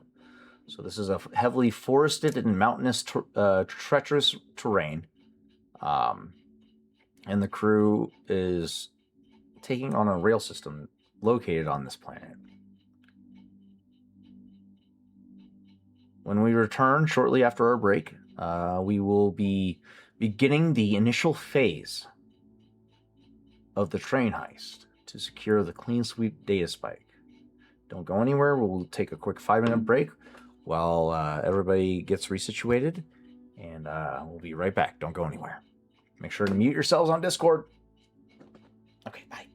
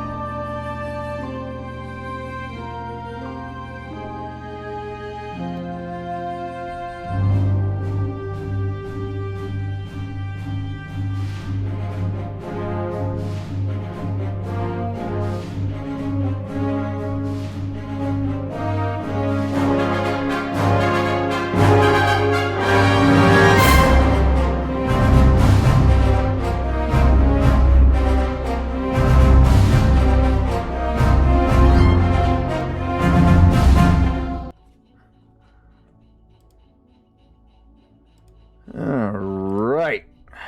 Sorry for the delay, guys.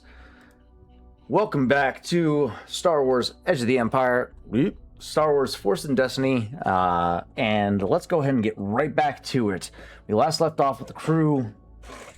Well, we last left off with Diaval.cosplay catching up to where we last left off, and we are now embarking on our mission on Kathmandu, a prison/war planet, or prison planet,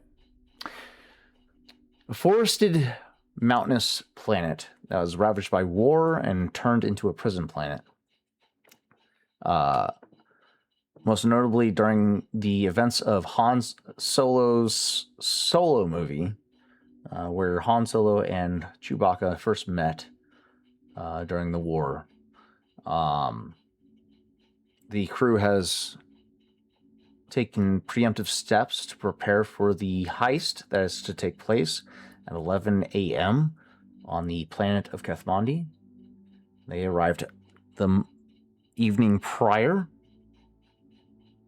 and managed to take down the security footage or security cameras surrounding the tunnel entrances of a mountain range that crosses over a deep crevasse, and managed to take out the first two bioscanners that monitor the mouth of the cave. On top of that,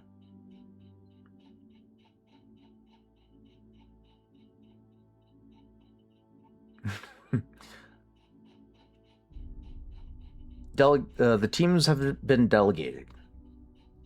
Raul and Oho, with the company of Slice, boarding the train first, with Dove and Kesh boarding the rear of the train to maintain security over the train car that has the munitions, as well as the fourth train car that has the highest lethal force known to the galaxy, which is the complement of 6 Dark Troopers, a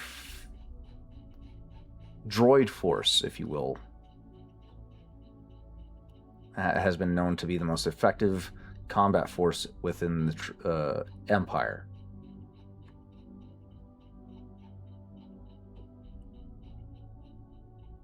Before we go any further, is there any other preparations or discussions that the party has prior to the start of the clean sweep stakes? Fuck a wibble.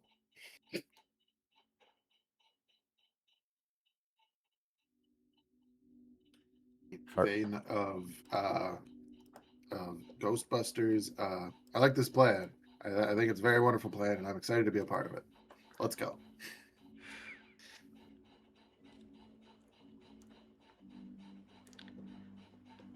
How about you, Slice, as the de facto showrunner of this mission? Any words of encouragement for the troops?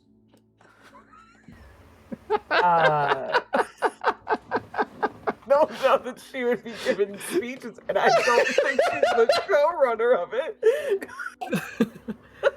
No, you're in charge. You're in charge. Yeah, I feel like every single person here would disagree with that. I mean, the whole mission rides on you. I'm a fancy tool in the group spell. That's really... Wow. I feel like somebody else gives words of encouragement, and Slice goes to do an Imperial salute and goes, "Oh wait." Yeah. Actually, you know what? If anyone else, if they're like starting to just discuss things, I'll put on, like, I assume she would have like a hacking like playlist that she normally plays when she's working. Puts her And headphones she just on. puts that, no, like for the group, like as a pump up song. Like this is my contribution is I have pump up music. Okay, I like it. Pump up the jams. Yeah. to Ego, raise morale. Ego will. I'm gonna use inspiring rhetoric. Is what's gonna happen. That's what I was looking for. That's what I was looking for. And so Ego will, as the gems are being pumped up, we'll look around to the crew. Right. So this is a mission that we all know will obviously potentially lead to a lot of problems for us, but I suspect that the rewards and the benefits um, greatly outweigh any of those potential problems at this time. And as has been stated over and over, being on the run is not something that we can necessarily afford. So, my advice to all of you is don't die. And I'll see you on the other side. That's hot. That's hot. Anyway, Okay. I'm going to make a check now. Do it. Make that leadership check. Yeah. So, an average difficulty. This, and roll 2 successes. Nice. So that means, let me see, who do I give that to? Because I have the improved one. Ooh. Allies affected by my character's inspiring rhetoric. So only 2 of you. Who's the most vital to Get- the mission? Yes, I give one to Slice. And then I'll give one to Oho. So for 2 rounds, you get to add a boost die to any skill check you make. Slay. Yeah, I don't think anyone had any strain that needs healing, but I'll probably be in the vicinity. I'll be in the vicinity of Kesh and Dove, so I can just use that on them later. But good luck, you two. All right. So, Slice and who have Oho. Slice and Oho. Okay. Okay. All right. And what does Inspiring Rhetoric do? Just gives 2 boost die or 1? It gives 1 boost die for 2 rounds. 1 boost die for 2 rounds. Okay. All right. For the sake of mechanics, we'll go ahead and pocket those for the time being. So once we enter an initiative, that's when the timer starts, okay? Fair enough? Fair enough. All right. So, with the party in place, is currently 10:50 a.m. plant side on Kithmandi.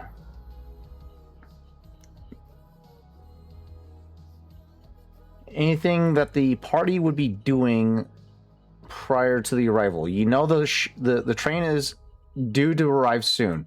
Where are you positioned currently? Is everybody positioned at the mouth directly, or are you guys positioning anywhere other than that? Because you guys are currently all congested at the mouth of the cave. Whatever covering with the tree section that is close to the tunnel, that's where we would be placed so that we are in cover. Okay. Go So ahead that and we move. basically head out. Okay. Go ahead and move all player tokens off to the side of the map and utilize the vehicle tokens as your means of placement on the map at this time. Because I believe... So there's only... there's only going to be 3 vehicles on the ground. And then Chav, are you... you're staying on the north one. Okay, yeah. Cool. Dev and XU are on a combination of the Nothwin Chimera and the M12 El Gimugila. Sounds good. At the ready for about 30 minutes when I'm needed. We've talked about this, and I've yet to reveal the location, but you guys had enough time to isolate it. Chav, you would eventually learn that the bug was placed on the Kimagila.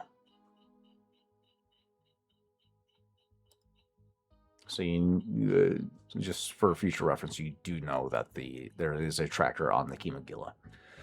But now it's in Chav's hand, right? Like it was removed.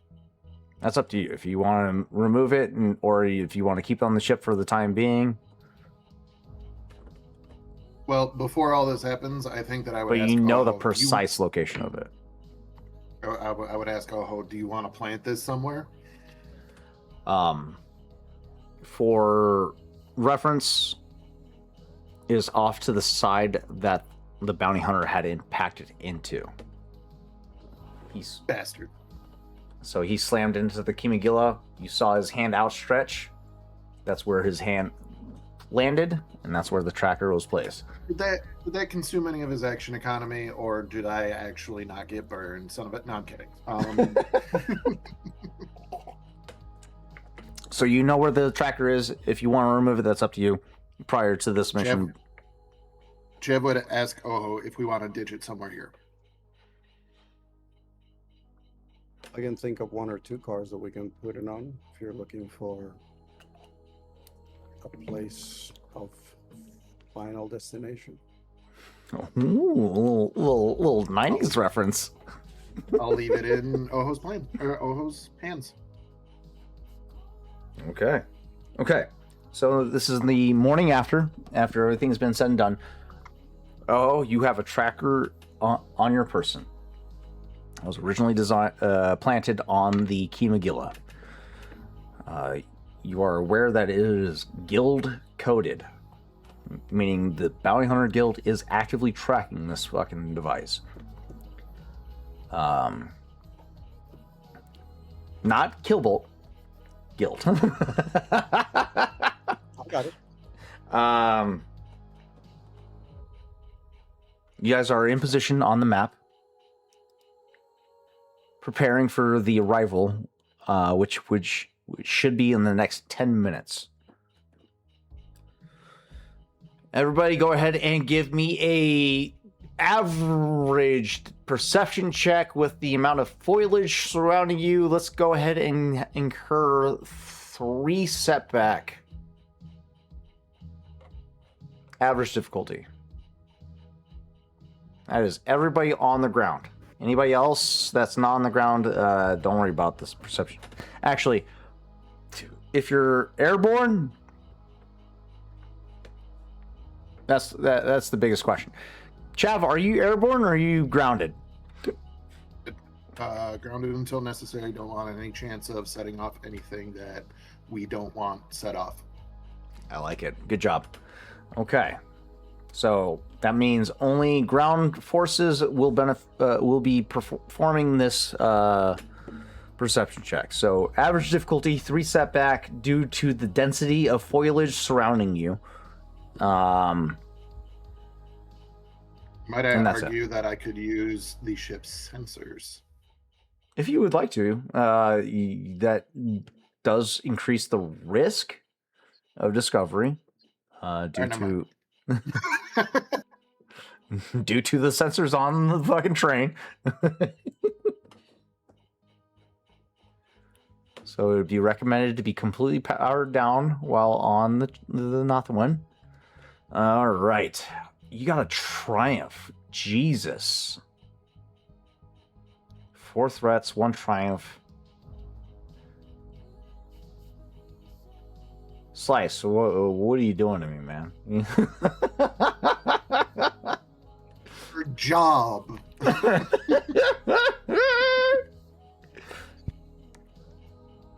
Okay. All right. Sorry, what was the difficulty? Average difficulty. Boost die for Oho's eye. That is fair. I'll allow that. Yeah. Also, this thing moves on this rail. Would this thing make the ground vibrate? Considering It the would. size of this train? It definitely would. So Reverberations.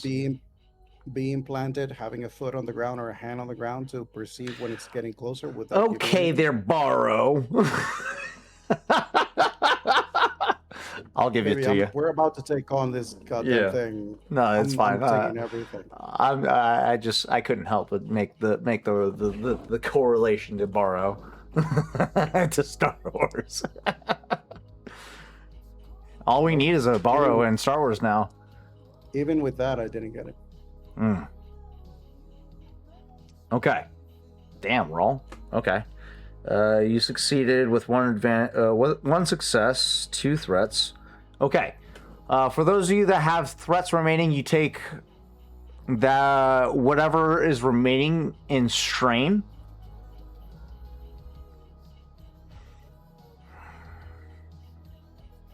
Yeah.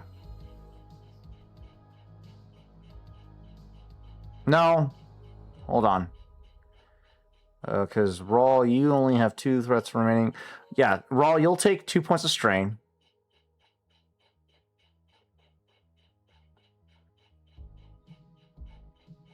Tavoon, the data pad that you use to scan your immediate surroundings, the power supply depletes. You are no longer able to use your data pad to help you going forward. Okay. Got it.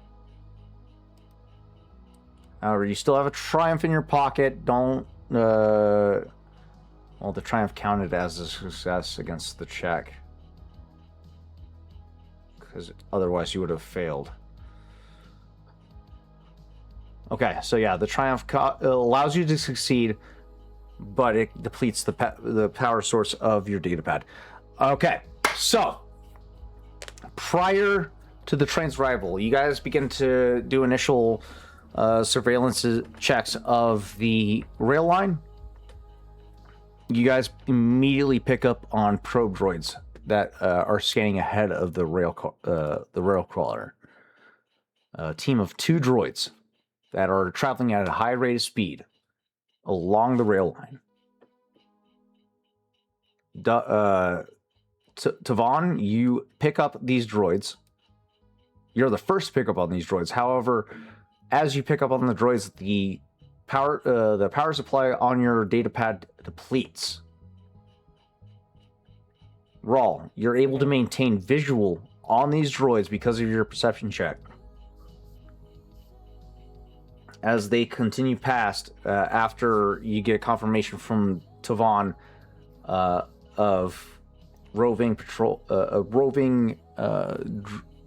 surveillance droid patrol. I'd assume you guys are probably in close proximity since Oho's probably maintaining the close. Since you guys are a team, yeah, you guys are a team. Tavon picks up on a team of surveillance droids passing through.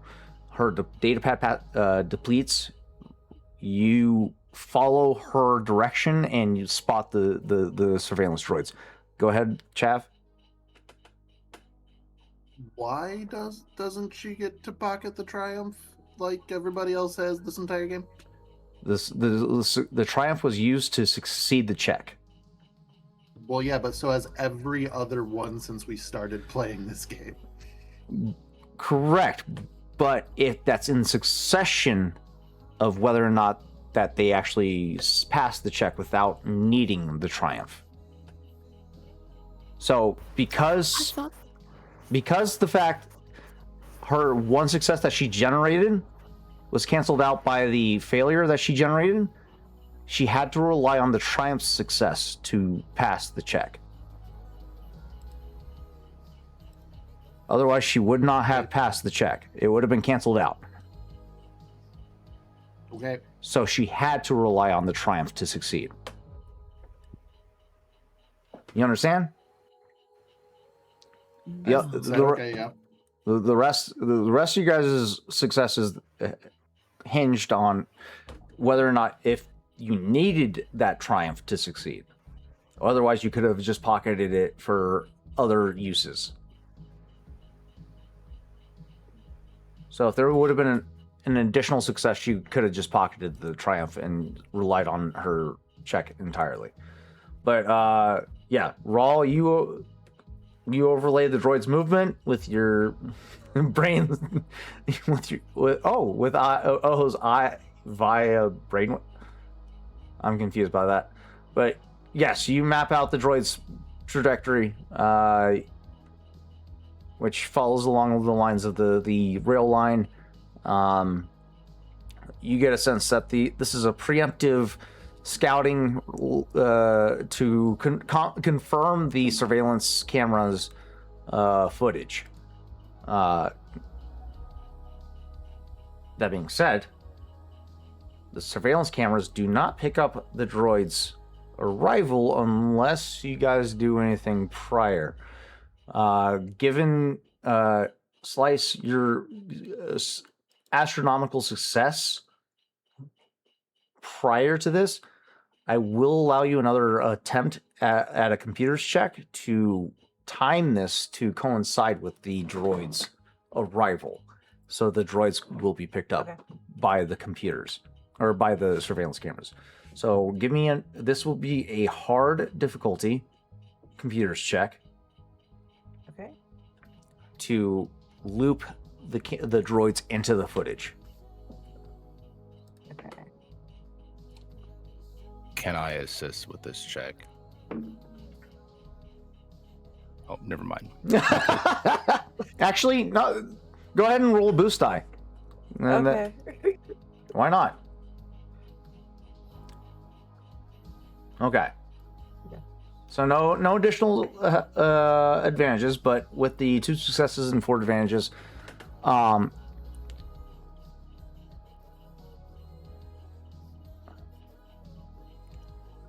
your data pad was disabled. Fuck. I find a new one.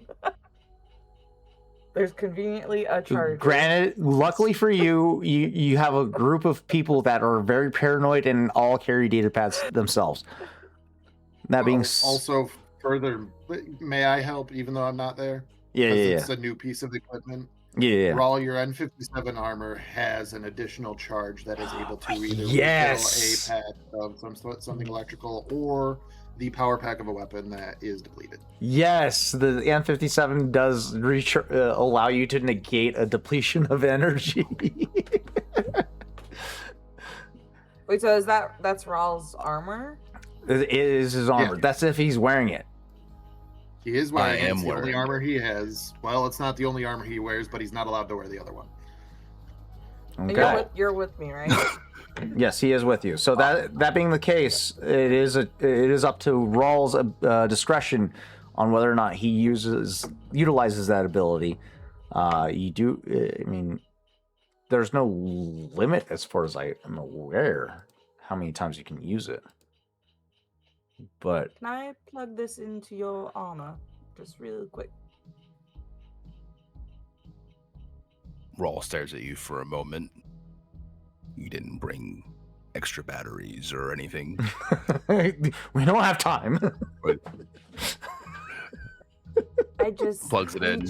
We charged it before we came, and I underestimated how long the battery would hold while doing the things that I need to do. So He rolls his eyes and plugs it in.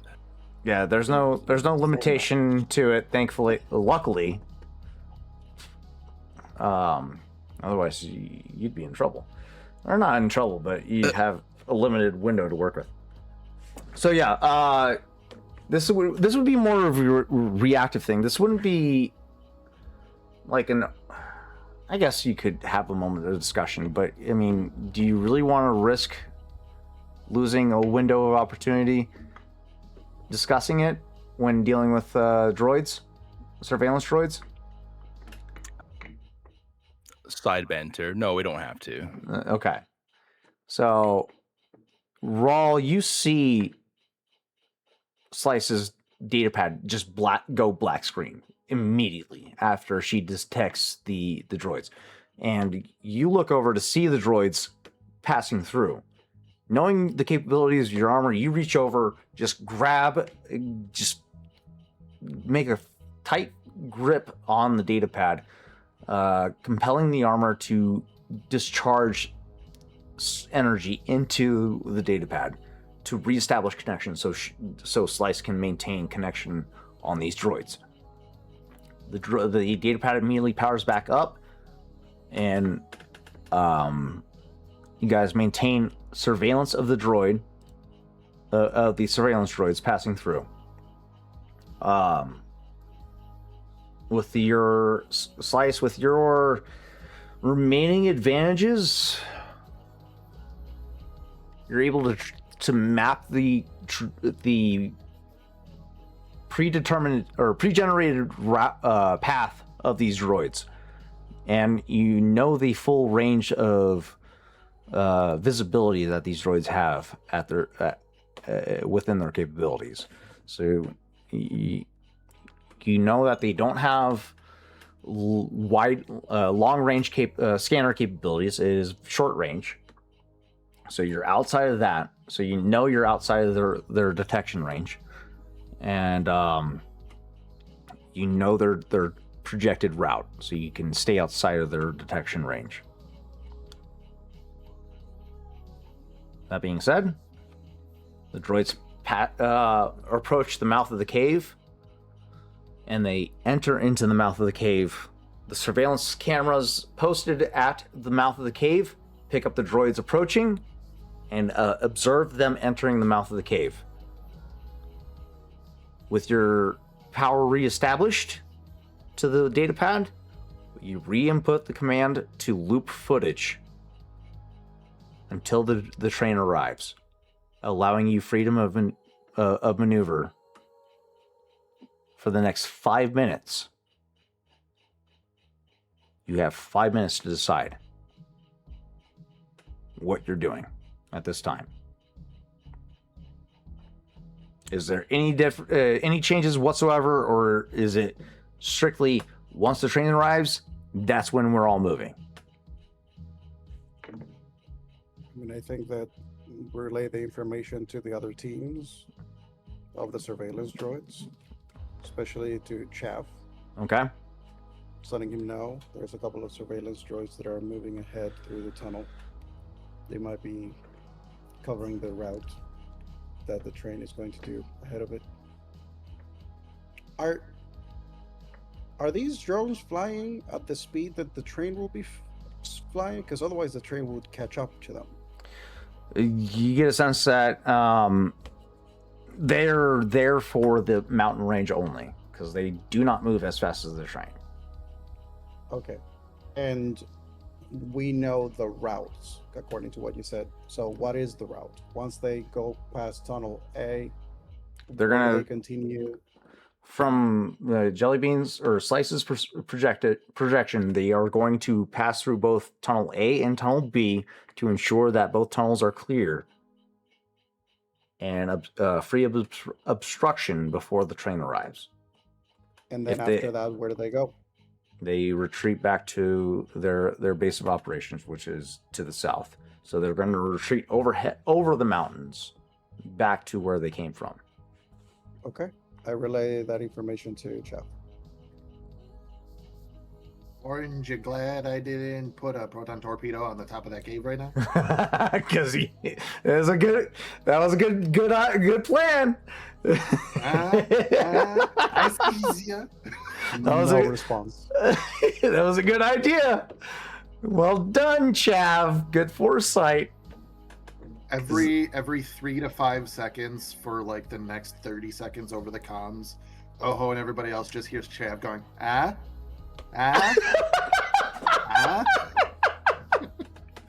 That was good foresight. Okay. That being said, the drones pass through Tunnel A, make it over across the crevasse into Tunnel B within that 30-minute time frame, and then once they hit once they hit the crevasse, it's a 5-minute travel time to the other crevasse, and then they make it to the second tunnel. By this point, you can hear the vibrations or the thunder of the engine, and you can feel the vibrations in the ground from the rail car quickly approaching. So at this time, I'm going to reveal the train on the map in respect of your guys' current position.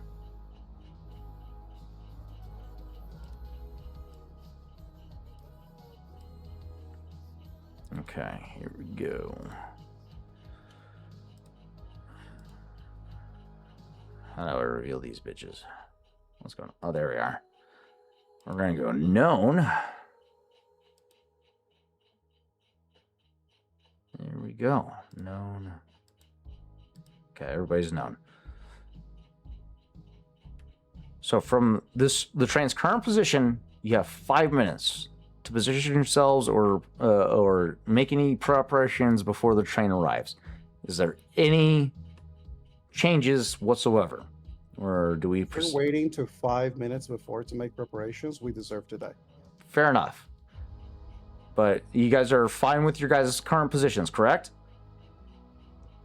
Yes. Okay. First check here. I'm going to have my team do a... You guys are well dug in. This would be a daunting computers check for scanners.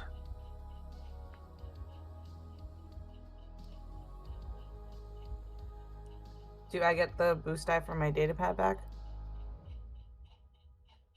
For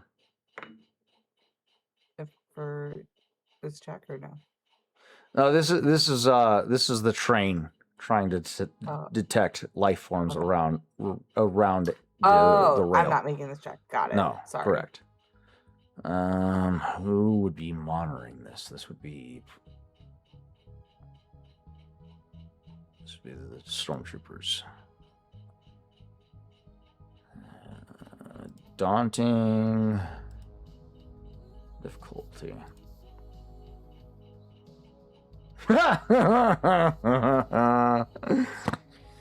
Great. All right. The train progresses. No indication of detection whatsoever. They arrive at the mouth of the cave. Now's the time to It's act. showtime, everybody. I think the moment that the thing is sensed is the moment of its, 5-minute mark.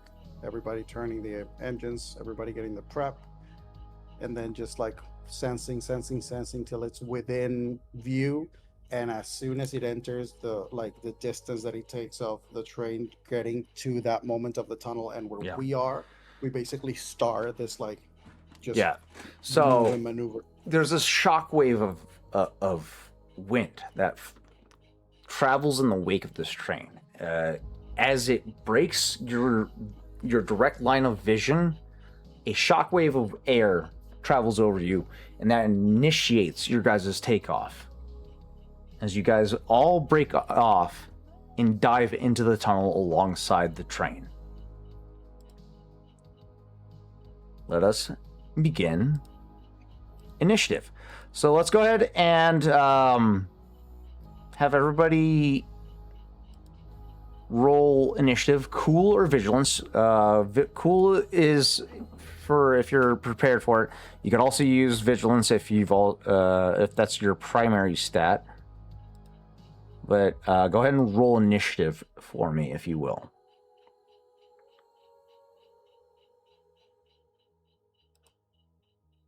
What's the difficulty? There's no difficulty. This is just your initiative. Okay.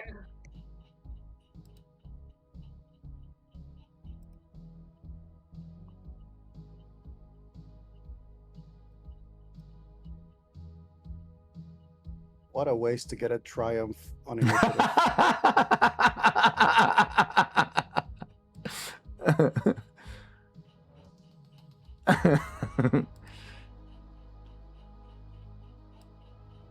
Ah, shit. Need you to lock in place. There we go.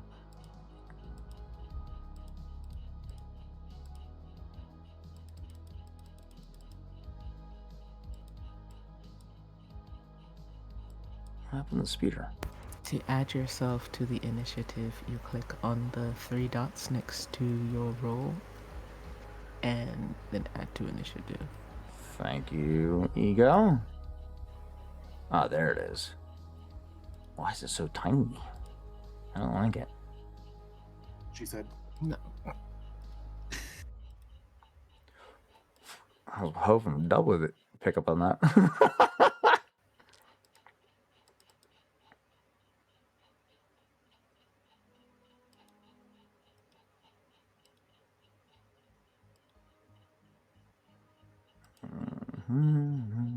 Okay. We all set in initiative? There's 6 up there. Why am I not seeing initiative? Do I need to refresh? Ah, there we go. There we go. Okay.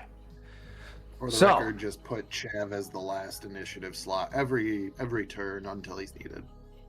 Fair enough. Oh, it's down there. That's why. Okay. So, for context, you are successful in avoiding detection of the train. So there is no resistance to roll against. So this first round is your chance to establish a foothold on the train without being detected.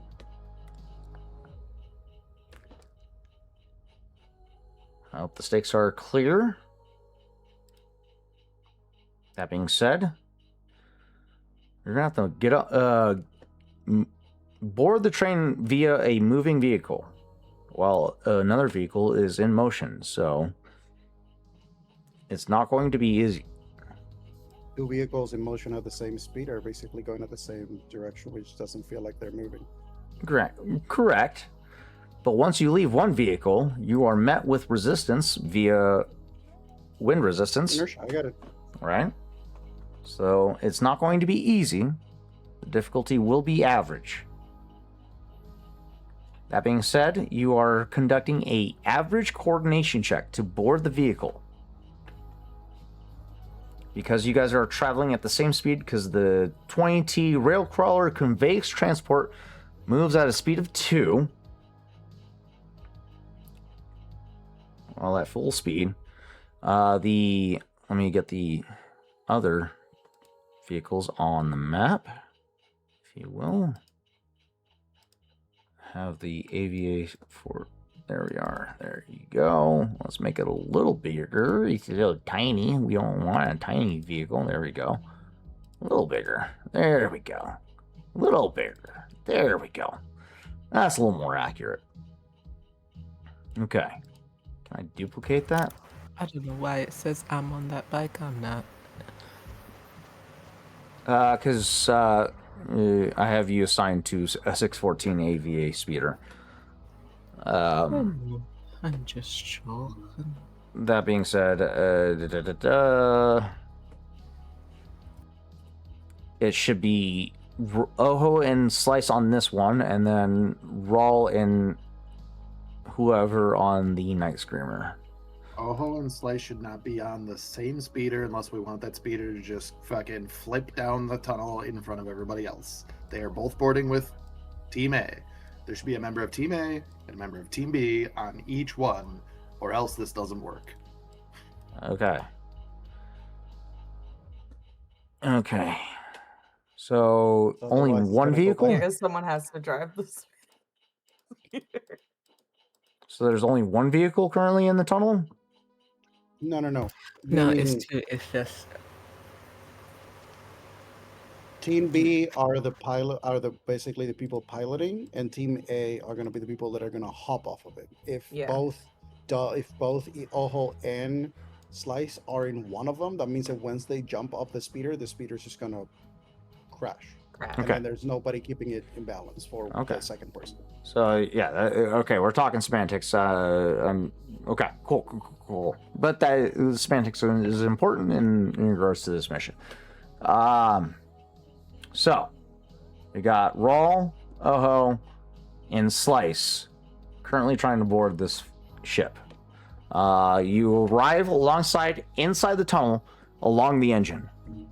Do you guys board on the engine, or are you guys going to wait to the next car to try and board while utilizing the coverage of the tunnel as interference for the sensors? We can match the speed, so we basically like adjust the velocity of the thing so we can actually match the speed once we are between cars 2 and 3, which is where we need to do the coupling. Okay, so you want to go for 2 and 3. Correct, provided that one of the access points is there as well as the 4 slice too. Gotcha. To get there, because that's what we're counting on. Oh shit, I never uploaded the map for that one. Oh shit. 1 second. An easy fix. Okay. And what is it? Technology. In Star Wars, they're building the whole Cars train as indoor. they're driving. Cars. I can't get the comms deactivated from the speeder bike, right? I have to be on the train to do that. No, you're able to jam comms from the speeder bike. However, if you want, I should do that before we get on this train. yeah, you can do it from the speeder bike. Okay. So,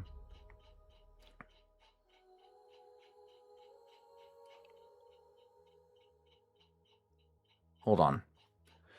Okay. So, long range communications you can jam from the speeder bike. But if you want to disrupt inter-car communications of the train specifically, then you have to get on the train itself. Okay. All right, never mind then. I mean, technically speaking, we need both. So. Okay, then I'll do the first technically one now. Correct, but you currently are underground, which already runs a significant amount of interference as is. So it's a matter of prioritization at that point. Do you want to...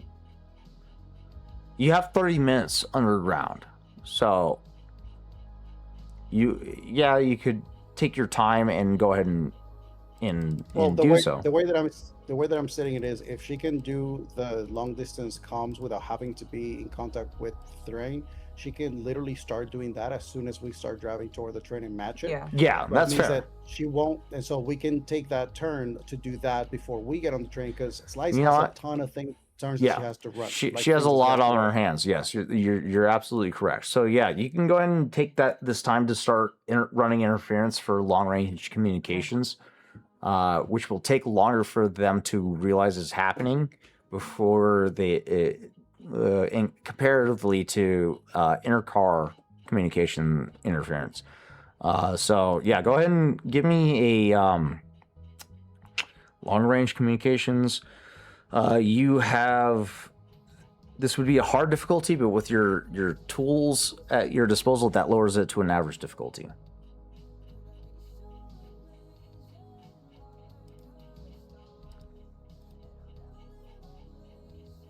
Upload map.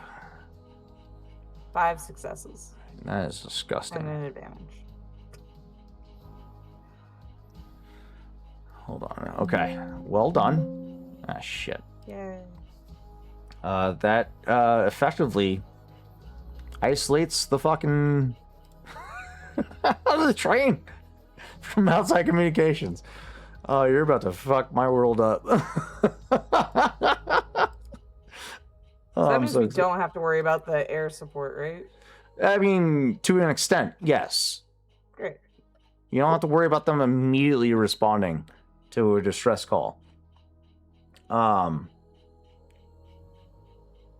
Okay, so your guys' next target is going to be specifically the vault car, correct? You guys are boarding specifically on the vault car? I think between them, right? You said between Yeah. class 2 and 3? Yes. Okay. Let me export this map. Because I forgot to do that. There we go. Perf, Slay Queen. And then we're going to upload it.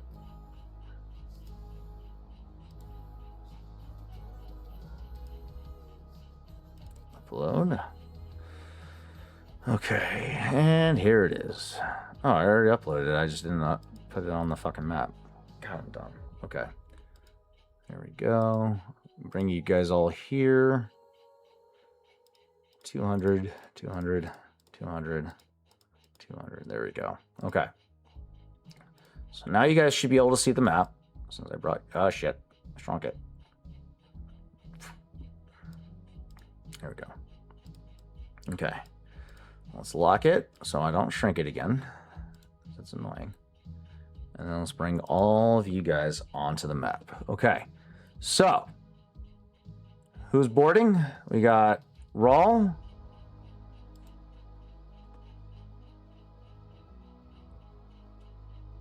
We have Oho and Slice. Add to the map. And then your vehicles would be the AVA and the Jaeger. Okay, go ahead and position yourselves on the map where you would be.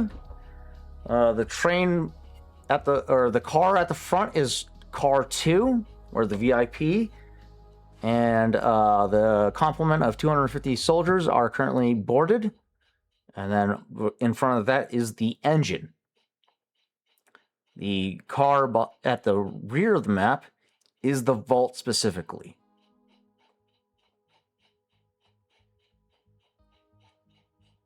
So that being said, to board the train is going to be a, what did I say, a hard difficulty?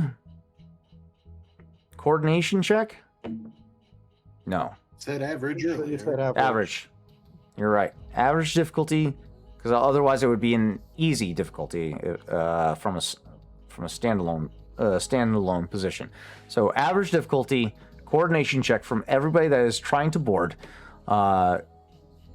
If you have a passenger on board with you on the vehicle, you may make this coordination check with a boost die as a form of them helping you get on board the vehicle. Everybody has a driver that is assisting them, so you all have a boost die. There we go.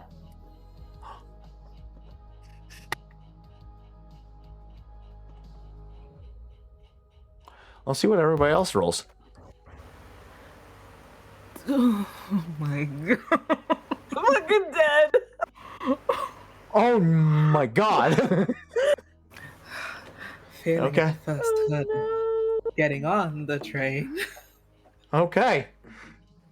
Oh Why are you all like this? ho.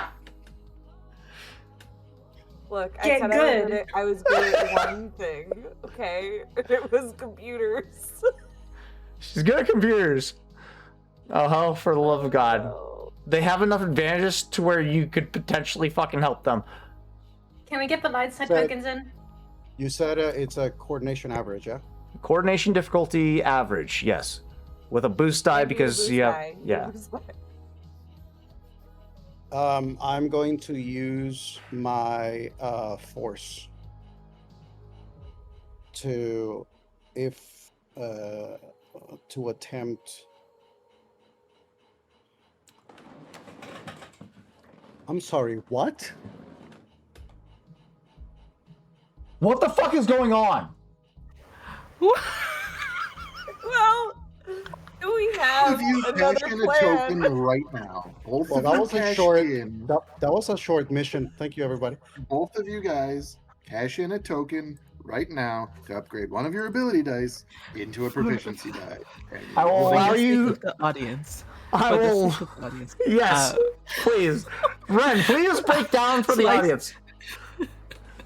So on Slice's coordination roll, No successes Oh my occurred. God.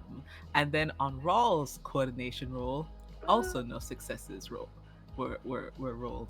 And then on Oho's coordination roll with the Force, 2 failures were rolled, and also 2 dark side. So it's not with us. The Force is not with us. God is not with us, apparently. I don't know. Tavoon and Rawl, please, for the love of God, cash in a token and re-roll your first die Okay. as a proficiency. So, So just the green Victor, one? I roll another green one? I am going to say, because there's no way that I can make this. Oho is actually going to use the dark side, and he's actually going to activate those 2 points of dark side. hold on. We'll get to that. Let me get to Rawl and Tavoon. Okay, you get 1 success. So, Tavoon, you get on the train. Thank fucking God. Rawl, why are you re-rolling a whole? Okay, that works. Fine. That fucking works. Because I didn't upgrade. That's fine. That's why. Okay, that's fine. Thing I wanted to do. Okay. Rawl, you're on the train. Okay. Fuck. For the love of God. Oho. I already did, and it literally was the same result. I was gonna say, for yours, you can choose what die you want to re-roll instead. So stick with that one success that you already have, and re-roll that second die as a proficiency. So we can add that second roll that you just made with the proficiency die to your original roll. So that makes it a flat 0 with 3 advantages to dark side. That means you can convert those 2 dark side points to light side. However, you do have to take conflict to do so. Yeah, that's fine. I And can that- give you 2 boost die with Touch of Fate if you want. Are you in the vicinity? Or you're piloting? Okay, yeah. Yeah.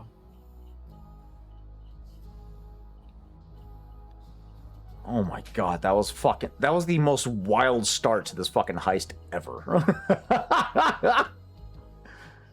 So Is it I like don't we know- all trip but then get on the train? Wait, but I don't know if this is working, because I literally, so when I did the reroll, you don't need to reroll. No, wait, listen. I re-rolled a single die, and the die showed up literally exactly the same. So I don't know if I'm really that unlucky that both of the die that I just re-rolled, they both came out with the same result. It looks like it. Fuck. If you did a reroll, it is literally you're just that fucking unlucky. It does I say have- re-rolled single die. I have a proposition. Okay. The force ability allows me to move something silhouette 1, which is the silhouette of a person. What? If I cash in those 2 force die, can I use that force ability to basically still force board? move myself? Yes. However, you are going to be boarding the train at the rear of car 3 instead of the intended destination. I mean, I'd rather be on the train than not at all. So, the way that this looks out for the audience, thank God you guys fucking cashed in light side tokens. It is a narrow, very narrow window that both Rawl and Slice are able to manage to board the train at the intended destination. The velocity of which of the speed that they're traveling at, going from the speeder bikes to the train, that what they didn't anticipate was the wind travel coming through the tunnel itself. The winds apparently are coming instead of what you would imagine going from east to west. The tunnels are coming at a very alarming rate north to south. So the entire crew gets pushed southward. However, Rawl and Slice are able to grab on at the last moment, and as Oho goes to try and follow up, realizing as he jumps, he gets thrusted back midway to the midway car 3, and he has a decision to make. Tuck and roll and minimize as much damage as possible while traveling at a high rate of speed, or force pull himself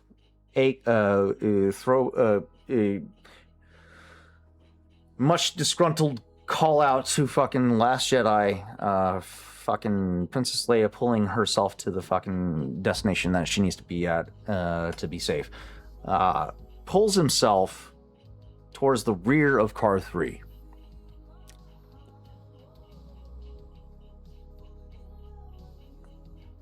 Victor Oho takes 2 is it 2 points of conflict? Yeah, 2 points of conflict to do so. But you succeed in boarding the train, but not at the destination that you needed to be at. Fuck. Okay. What is the rest of the crew that is on the speeders doing at this time? Who's still piloting the speeders? That's the real question. The Night Screamer, was that a...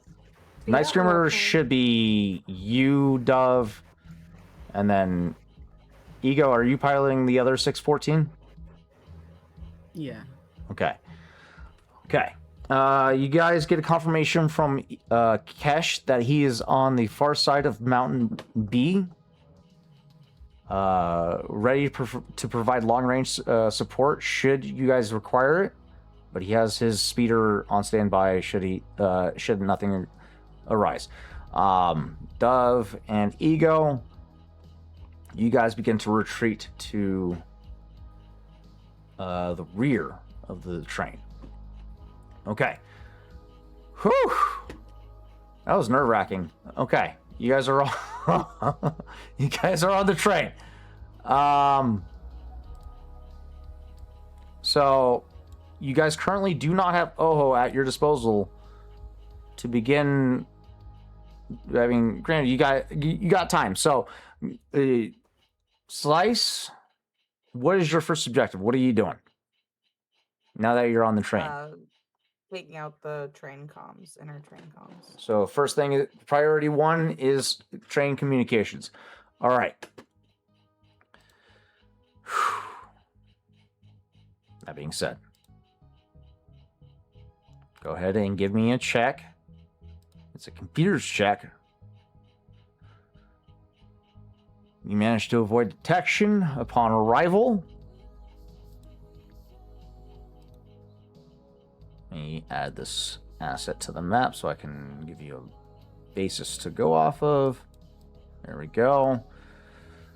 Because you were able to avoid detection, I'll downgrade this difficulty by 1. By 2. We'll downgrade this difficulty by 2. This will be a hard difficulty with a challenge of 3. However, this droid has defensive slicing, which means you have 2 setback dice to contend with, but you also have counter slicing, which allows you to remove 2 setback die. So you are contending with just strictly 3 red d12s against your computer skill.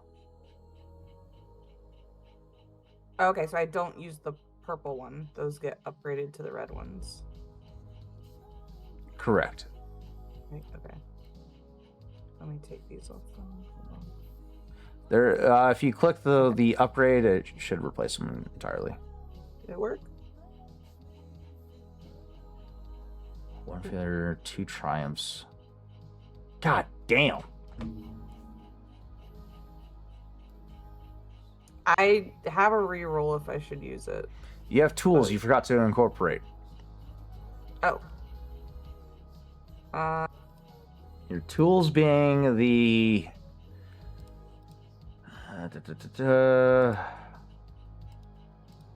your slicer gear? security sweeper? No, Oh, this okay. The tool that we were talking about earlier adds a boost die and reduces setback. hold on. You have a slicer gear which reduces the difficulty? Slicer gear. That's the right tool for the job one. And Ah, the shit. security sweeper is the Security sweeper helps you find bugs. Yeah, The no, right that's tool for the different. job Yeah. is different. Fuck. What is it? And the other one that reduces it is the bypass security thing. But Right tool for the job. Performing skill check. This is it right here. Once per session, the character may perform a go without incidental. If they do, they count as having the right tools for the job when performing the next skill check. But what does that fucking mean? well, also wait. The other thing is, didn't Ego give me a boost die? to Yes, all my that's right. rolls? Yes, you do have a boost die to your skill checks for the next 2 rounds. Fuck. I also, if we think that this is a good time to use it, I have natural programmer, which is once per session. You can Save that for reroll. when you know you failed. Save it for when you know you failed. Oh, okay. That's the beauty of that talent is when you know you failed, then you can try and re-roll again. So you rolled that boost die. There's no additional successes. Yeah, I just had the 2 triumphs. Oh, you already re-rolled. There's No, still that- a token on the board. There is still a token. So you could cash in a light side token to re-roll that last ability die as a proficiency. To potentially generate one or 2 more successes. Does the group want me to do that? Because I don't want to take the last one without everybody's approval. Without any of this, there is no like the rest of the mission. It's This kinda- is going wildly. Oh, shut up. I'll use it then. I just hit upgrade, right? Yes. Right tool for the job. Where is this? Okay. I guess did we're it. all taking conflict think. today. May I Oh, yeah. suggest that perhaps this roll is I probably can't do it now, but I was gonna say like maybe to take the 3 triumphs. That's I crazy. mean, I didn't get any failures have to that give us time, so something. that's good, right? Is that good? You guys didn't That's generate 5 triumphs back to back. We didn't generate any other triumphs without any caveats prior to this. No, we did not. Fucking hell. Okay. So, From the one that Oho got on initiative. Yep.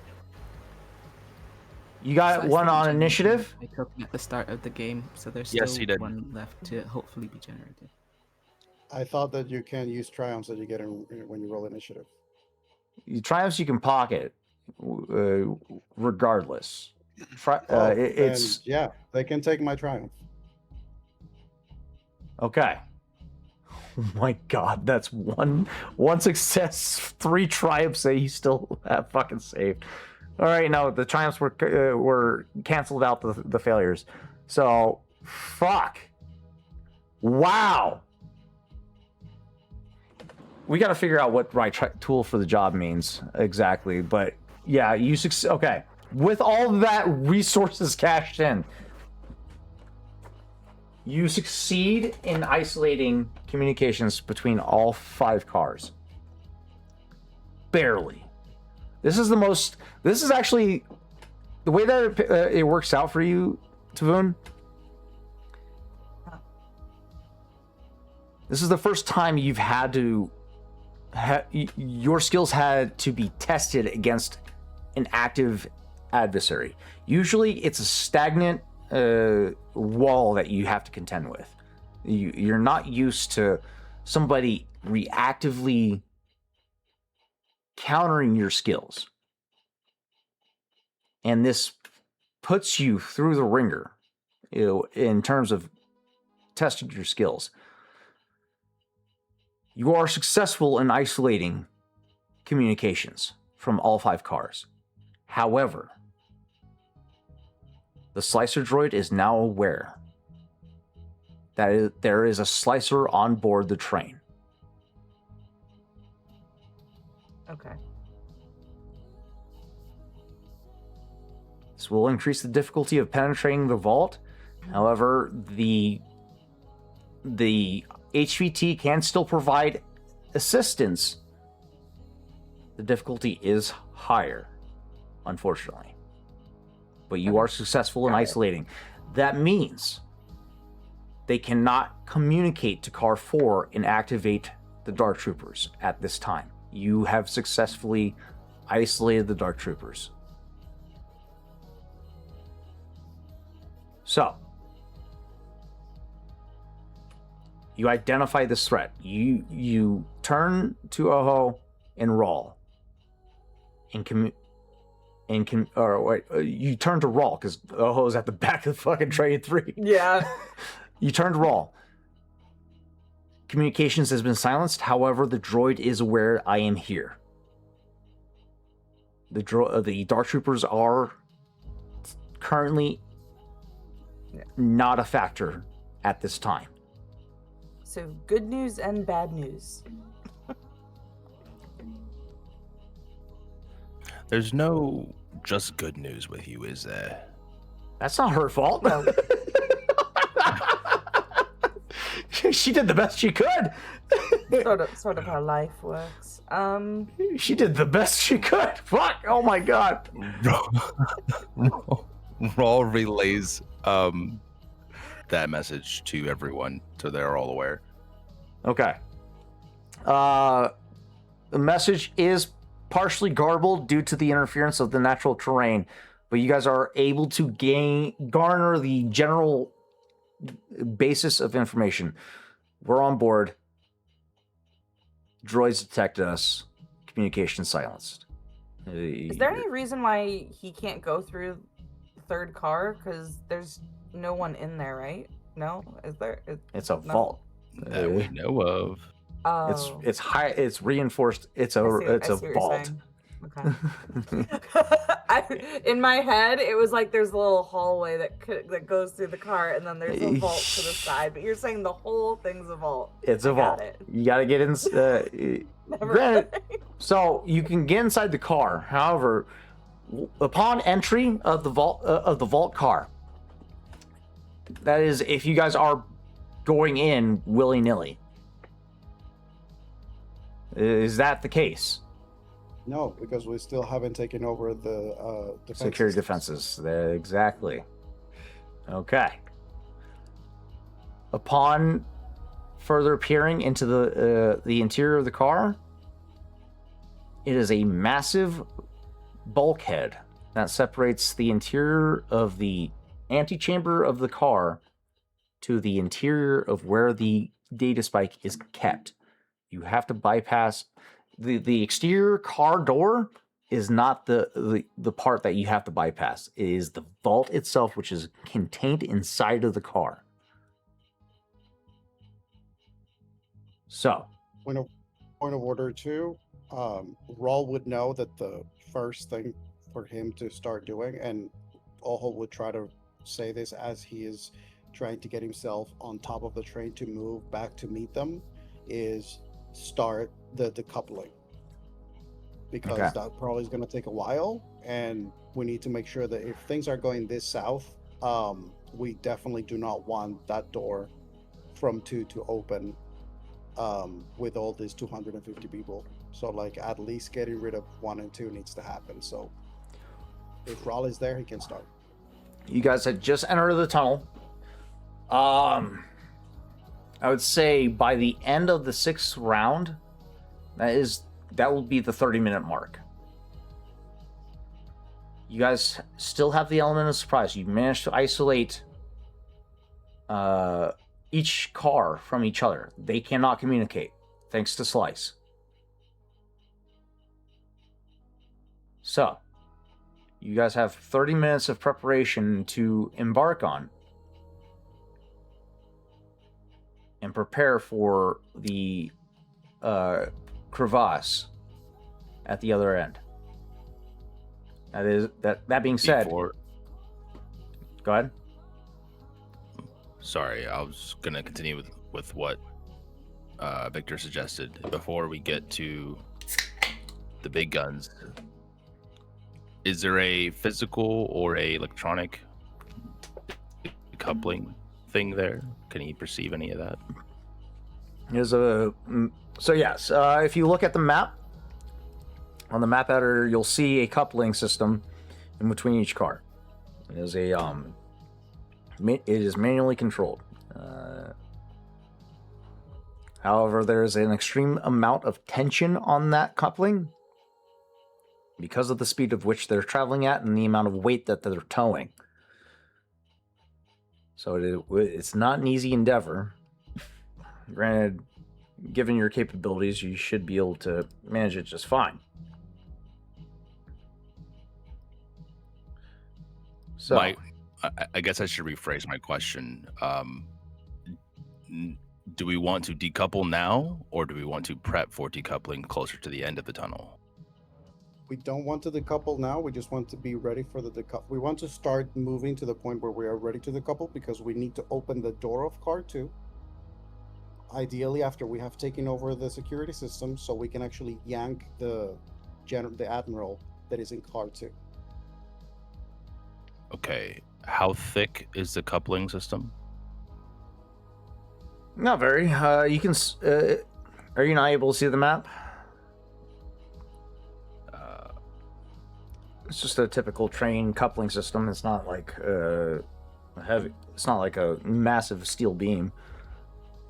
You can, if you look in between the cars, you'll see it's just a link system, a hook system, with a mechanism, Right, a locking mechanism. I have no real concept of scale of how big the train is, so Don't know how the big- train itself is a silhouette of. Where's my train? All right, you're annoying me. There we go. Okay. The train itself is a silhouette of 4, so it is pretty big. So you're imagine, if you will, a double-decker bus, which was a previous explanation I gave to Victor. It's a double-decker bus, so it's extremely tall, enough room for a 6-foot tall person to have enough clearing above their head, and then about 3 feet of clearing or of roofing in between, and then another 6-foot tall person, something along that lines. So it's about, I would say, 16 feet tall. So I could slice through at a moment's notice with my lightsaber if I really wanted to. The coupling system? Yeah. Yeah, I mean, it's not by any means a fucking a bastion of metal. If that's the case, then I think with how things are going south, Raul's going to look for the next thing that he should be doing as opposed to the decoupling system. Yeah. Because we just entered the tunnel. Okay. So you're preparing yourself on car 2 in case of any investigations coming from that direction. Correct. Okay. So you move in position over to car 2. Tuvun, you've jacked into the computer, the terminal interface on car 3 and started isolating communications. You were successful in doing so. Next step for the group.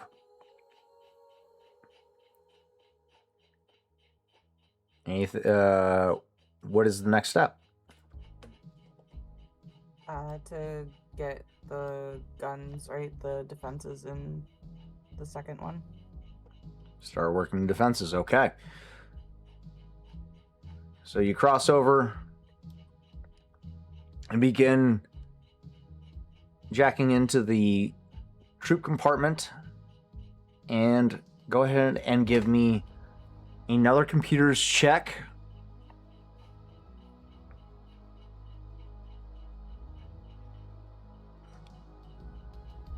With your tools, it's still a hard difficulty challenge of 3. Rawl,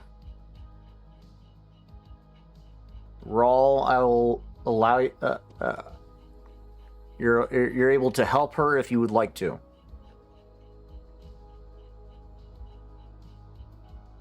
Of course, I will definitely do that. Okay. So that means you have a challenge of 3.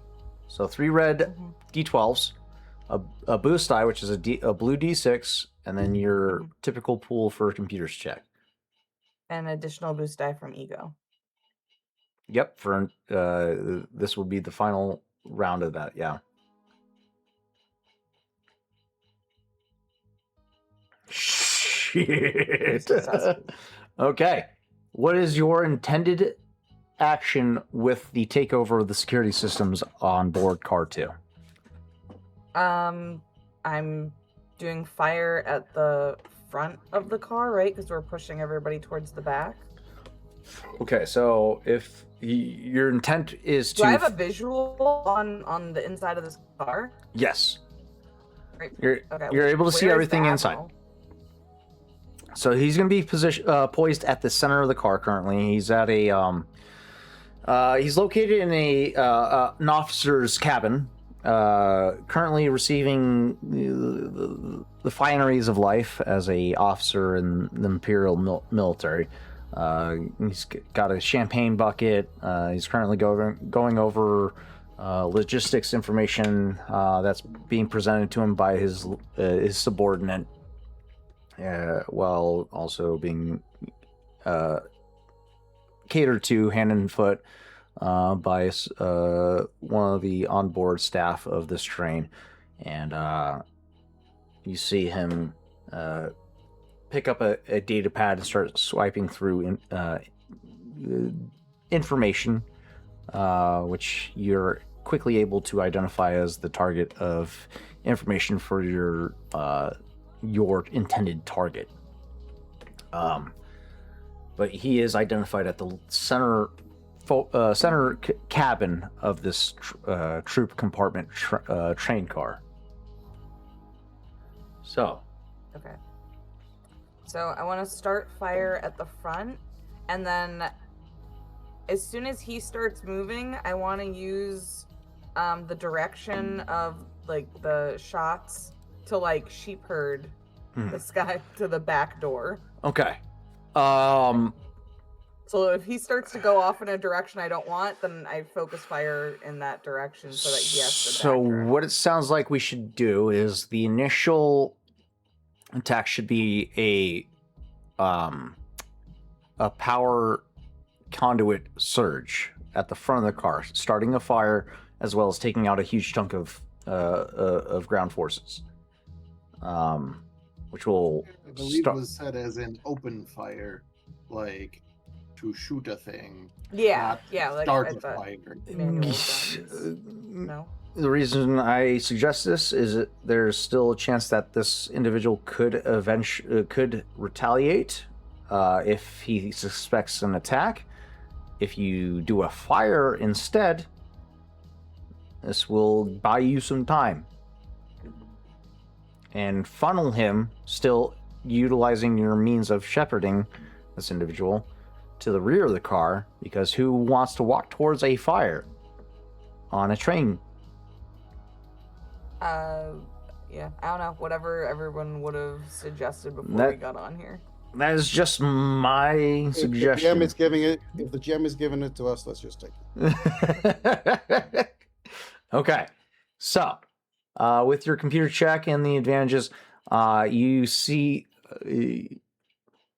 a concentration of about 20 stormtroopers congregated in a common space.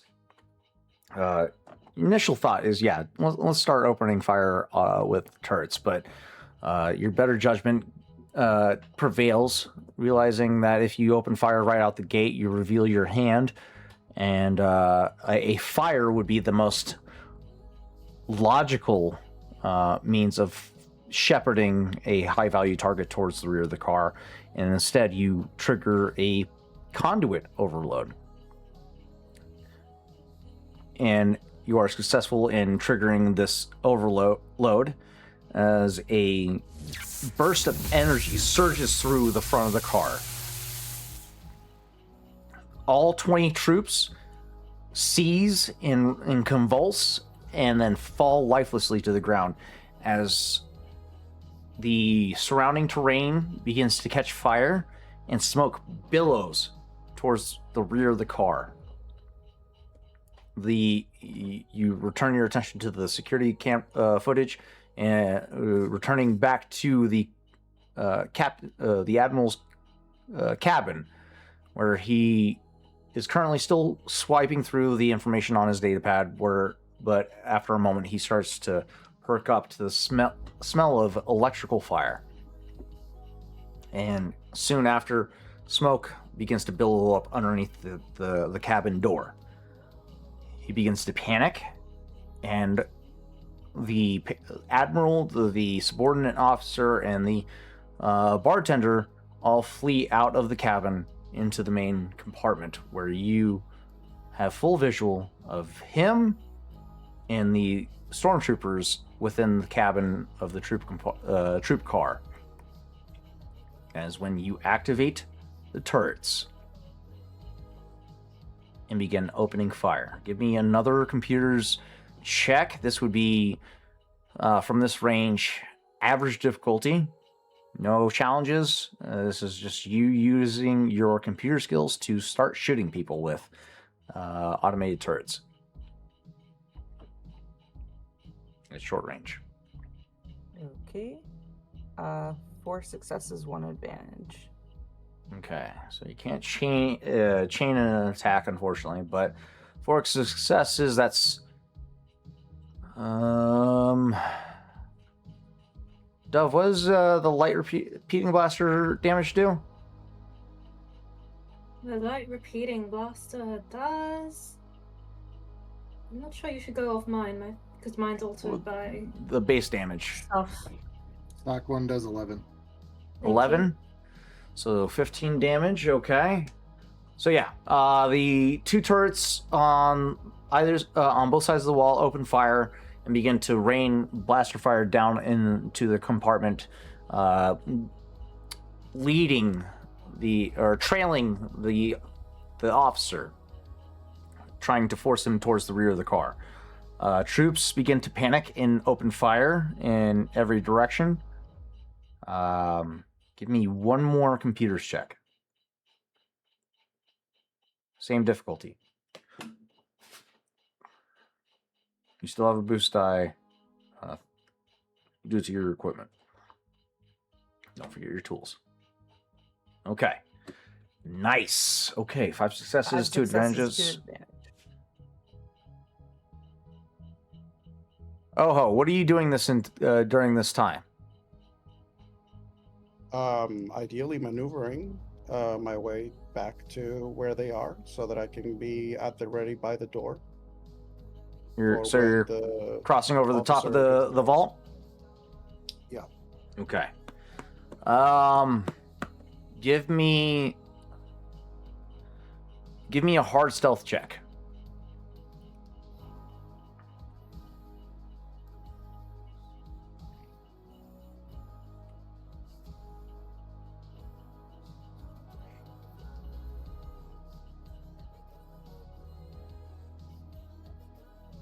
Successes, 1 threat. 2 successes, 1 threat. Okay, that 1 threat accumulates in the form of stress or strain. As you climb to the top of the train, you are quick to take notice motion sensors on top of the train, or on top of the vault car. Identifying those, you decide to crawl prone across the top of the train to minimize your presence. Knowing that these sensors will trigger whenever a organic silhouette crosses over the top of this car taller than 2 or 3 feet. So utilizing that information, you keep your silhouette as small as possible and cross over the top. So it takes you the 2 rounds to get over, and to car 2 where where Slice and Rawl are, without triggering any more defenses. Sound fair? All right. Dove. You're at the rear of the train. Things have begun to kick off. What is your preparations? You know that there's a platoon of Dark Troopers, a automated security force that is not well known, but due to Keelbolt's preemptive warning, you get a sense that these are formidable opponents. What do you do in preparation for your phase? Well, Dove is, I don't know what Kesh is doing. I'm essentially on standby to prepare for decoupling of the carriage, but in addition to that, is there anything around the rear of those carriages in which the hidden platoon is based that would be indicative of, like, an emergency closing switch, something that could be jammed, anything that would provide time to interrupt if they were to try and emerge? Okay. So Kesh would offer his assistance in preparing the decoupling of car 5, so you could stay focused on your endeavor.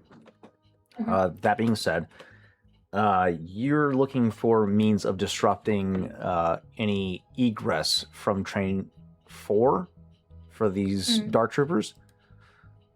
Should they be activated? Let's give that a... What skill check would that be? Let's give that a... I'll give you either a computers or skullduggery. I might grab Kesh to use his computers instead, because both stats are good. Yeah. If Kesh, could we use Kesh's computers and I'll just assist him? Once I say, just let him know, hey, we could just mitigate an issue before it even happens. Trap them in there. And he is pretty good at computers, so yeah. Yeah. Okay, so yeah. That's a better use of his skills. Okay, sabotage the train car 4 to try and slow down any attempts to deploy Dark Troopers. Let's call that... They are isolated. We'll call that a hard difficulty challenge of 3. You said you're assisting him? Yes, boost die? Would that be a boost? Say again? Is that a boost die to his roll if I assist? Yes. I got that boost die added in. Is there any tools that you guys have that would help as well? That you guys are currently carrying? Let me look. I'll do that roll shortly. I'll just see what I have. I lost most of my stuff, and once again, I'm not a computers. Oh, he has bypass security. Anymore. Well, there you go. He has bypass security. Remove setback per rank of bypass security. Okay, so he can remove setback. Defensive stance. Lethal blows. That's not going to help. Resolve. Skill jockey. What does skill jockey do? Skill removes setback as well. Okay. So nothing really that helps him with slicing.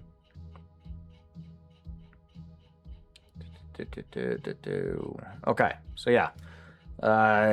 So right now his pool is 3 proficiency, 1 ability, 1 boost die, and then 3 challenge die.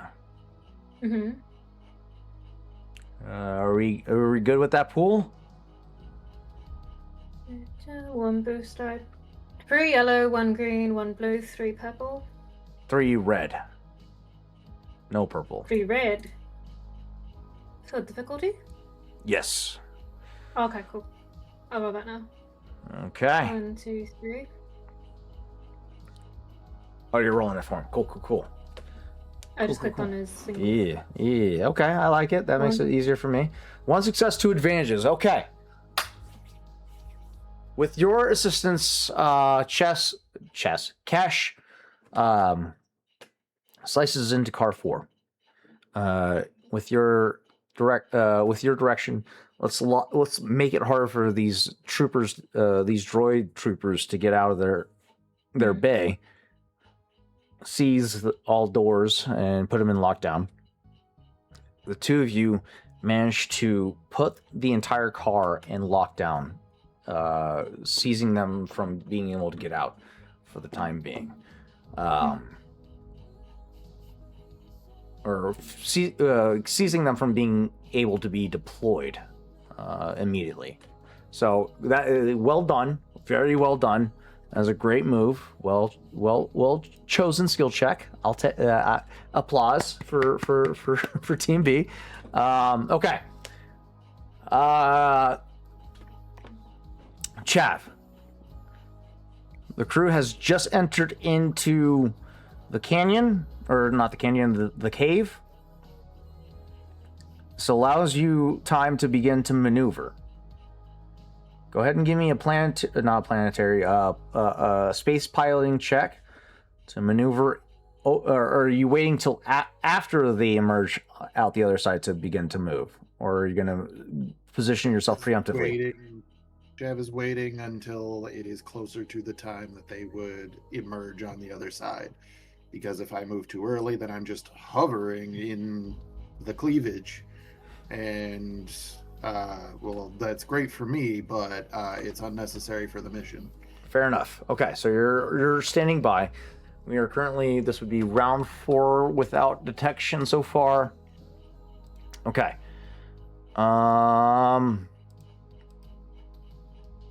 Okay.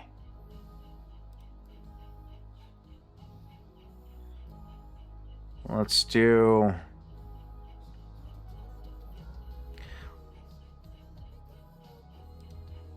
a...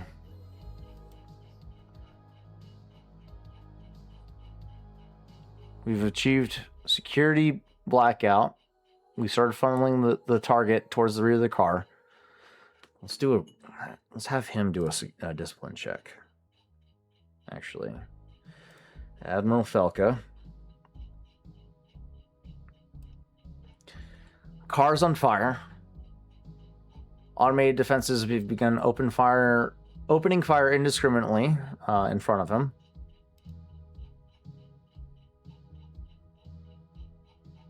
Normally a hard difficulty. Let's upgrade that by 2. He's got smoke in his face. His troops are falling all around him. Automated defenses are all in his face. Let's give him a setback die due to the cloud of smoke obscuring his vision, which would make anybody panic. So let's go ahead and go with that. Admiral Felka, roll your... Damn.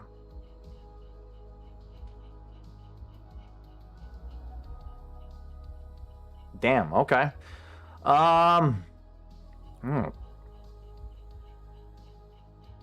I pocket that or do I use that?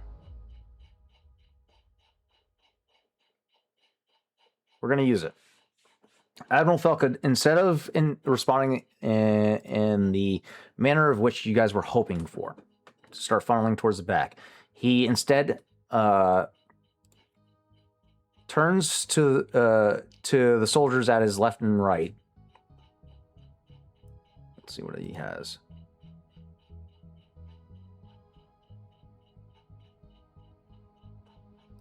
Not that one.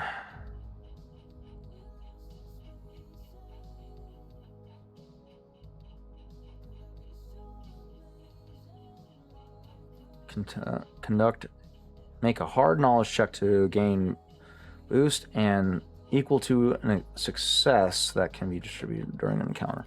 So I can, once per session, as an action, make a hard knowledge check to gain boost die equal to a success that can be distributed during an encounter. So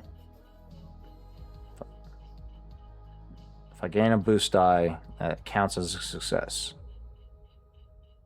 during an encounter. I can distribute. Okay, that doesn't really help me.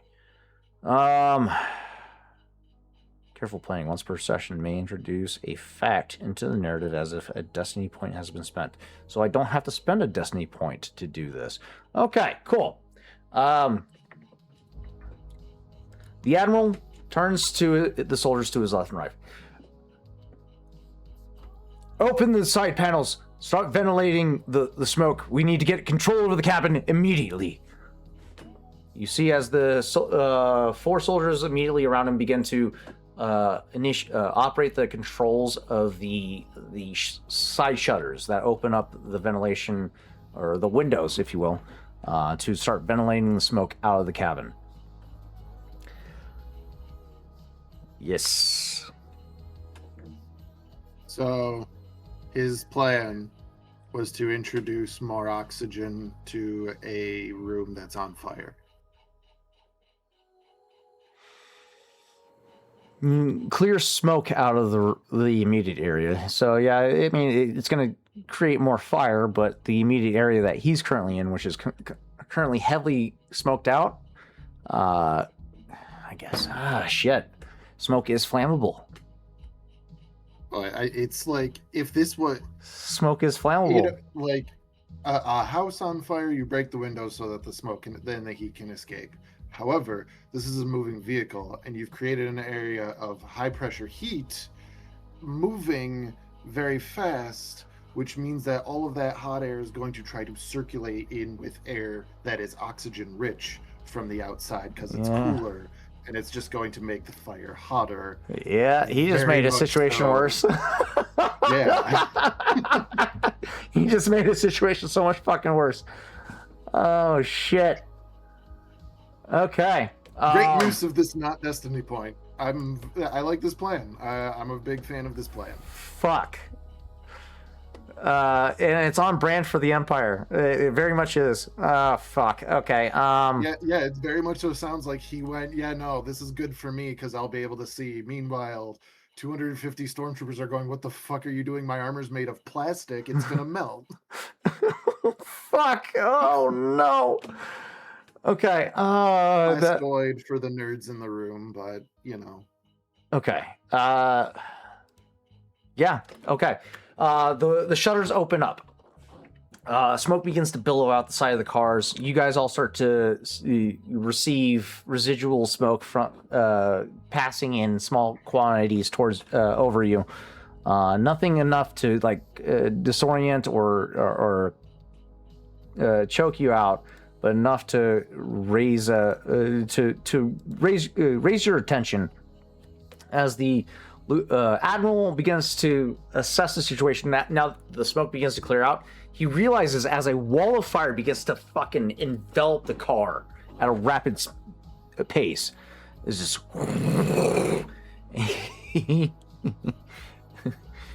that 4 threats is him panicking and like, oh shit, I made the wrong call. Starts running towards the rear of the car. I'll take it. Fuck. I walked myself into a corner on that one. Well played, Matt. Well fucking played. So yeah, you watch on everything, but I know some things. You Slice, you watch as the HVT begins to retreat towards the rear of car 2, as intended. By this point, you hear as Oho is crawling across the roof of car 3. He reaches the end and drops down behind you. Oh, thank you for joining us. How's it looking? The Admiral is on his way over here, actually from his own doing. So that was I love that you effective, asked but that, and there's just a wall of smoke on either side of this area between the cars. So this is visible on the on the data pad. The data pad, or Yeah. Whatever Slice 'cause is we have doing on the- card 2 that has the visual, the camera visual. Is that so yeah, she's seen able. Yeah, she has the internal visuals on her data pad, and then Okay. you can see the smoke billowing out the side. So but I can see in the data, like I can see the camera feed in the data pad Mhm. as well. There's only a few Yes, you won't moments. believe- So she still has 4 cameras or 4 turrets available to her, but shortly after the Admiral passes by, you watch as a wall of fire and slowly envelops that section, and those turrets go out. So at this point, you only have 2 turrets available to you. As Okay. with your quick thinking, you managed to lock the rear of the troop compartment as the remaining forces of these troops are banging and trying to claw the door open, and the Admiral starts pushing his way through, like, and shouting out orders. You can see this on the datapad. Combat the fire! Put it out! Do something! As he's pushing his way towards the rear of the car to get out himself. So he's basically throwing his men at the fire to save his own life. So just let me know when you want me to unlock the door, because he's right here. He's walking that way. He's pushing everyone else the other way, so...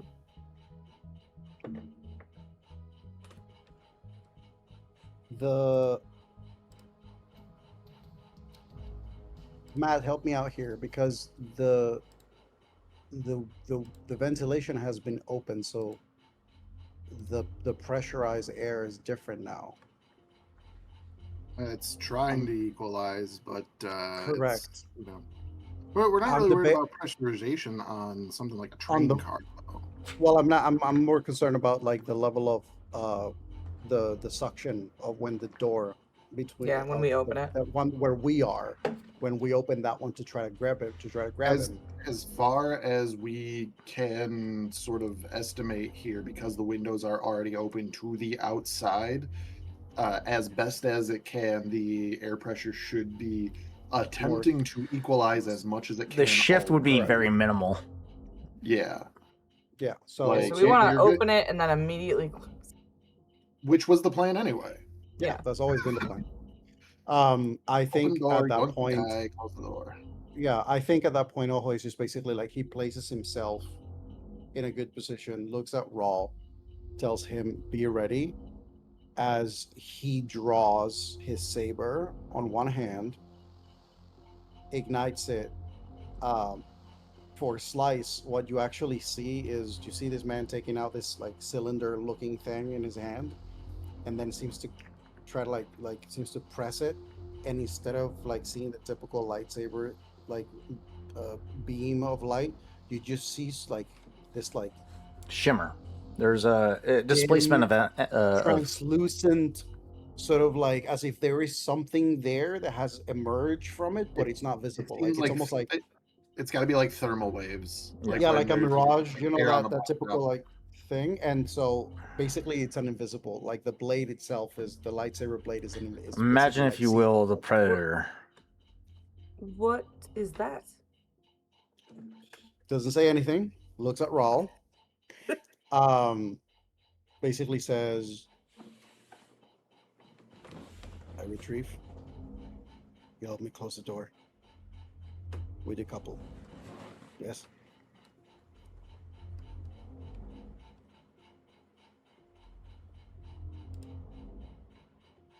I don't know if Oz is out and about, but that would be the command that he would say to his brother. I would assume he would say, "Yes, brother." And at this point, I need to know if I'm seeing this individual running to the back of the train toward us. is he? When I see him moving, is he the only one moving in that direction? Are more people moving? Is he ahead of the rest of the people? Or how much? So originally, prior to his arrival towards the rear of the car, you had about 50 stormtroopers trying to make their way out of the back of the car, but Slice had preemptively blocked their ability to be able to exit, thanks to her quick thinking, and upon his arrival to the rear of the car, he began delegating the troopers that were trying to flee to combat the fire and put it out. So he's pushing people back towards the fire while he's continuously making his way towards the back door. So at this point, you're looking at about remaining 6 or 7 stormtroopers in his immediate vicinity that are still trying, kind of hesitant about following through with his directives. So would you say that I'm basically, I want to know if is he already like within like short range? What would we consider short? This would be considered engaged if you're on the other side of the door. So he's like by the door now. Yes, he's at the door. Oh, yeah. So that's literally what's going to happen is he's literally, if he's getting by the door, my guess is he's potentially even trying to open the door. Yes, he's at the door, And so putting in his chain code cylinder. Yeah. Trying to override. Ojo is literally at the ready for when this guy opens the door to just grab him and yank him, and then have Raul basically close the door. Mhm. And then immediately both Ojo and Raul teamed by basically simultaneously hit and decouple the train. Okay. All right. What would this be? Let's go ahead and have a... I gotta refresh because my server disconnected. There we go. Let's go ahead and have a... What would this be? A melee? Because you're not attacking, you're just grabbing him. So brawl?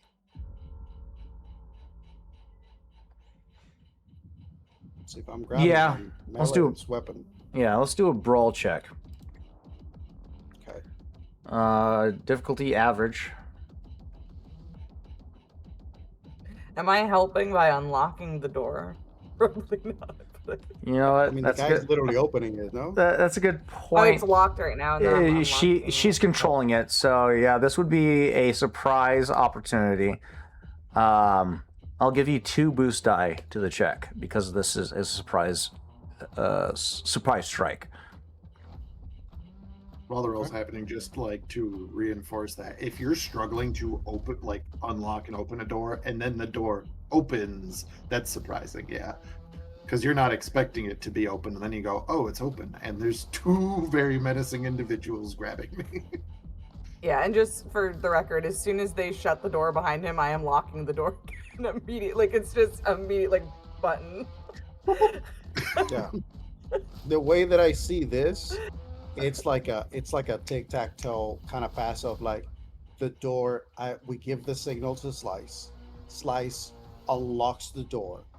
Ojo grabs this guy, throws him in Raul's direction, so that basically Raul grabs him, pins him against car 3, and then Ojo and Raul simultaneously with their lightsabers just swipe at the coupling to basically chop, like, disconnect car 2 from car 3 as Slice is locking the doors again, just in case, so that nobody comes through. I can also describe this scene from the point of view of like whoever this guy's second is that's probably right next to him. Dude's at the door trying to open it, and he like turns and goes, do something to put the fire out. Guy like turns to say like, go get the fire extinguishers, and when he turns back, dude is gone. Fair enough. Dude is gone and the door is locked. And yeah. Also, just for fun, I actually kind of did a little bit more research about opening the windows and stuff, and it specifically says that the vacuum effect that happens when a window is opened on a moving vehicle would cause a circulation of air that would almost assuredly cause a rush of air that would pull smoke and flames violently towards the rear of the cabin. Yeah, I made a poor choice. So not only did And this we love guy you for it. like there was a moment where it was like, yeah, there's no smoke, but it's really freaking hot. But I'd say probably at this point, as like the door opens, dude is pulled out. Now there's a bunch of smoke in there as well too. So Yeah, these 250 people are just not having a good day. not at all. It is at this point, Slice, you do get a ping of a counter slicing maneuver that takes place. Oh man. My boy. And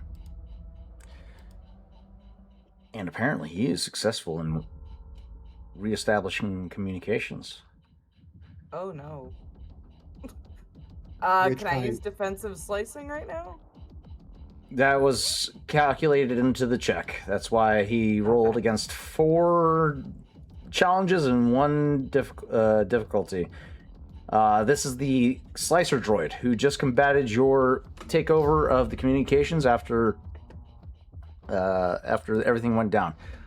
He realized he was cut off and started reestablishing communications. Which communications? Between cars. Between cars? Yes. Do we know where this droid is? He's in car 3. Car 3. Where we're heading right now. But car 3 also has weaponry inside. Correct. On the Do I have access to that? on the outside of the vault, not the interior of the vault. Oh, yeah. He's inside the vault. Do we know?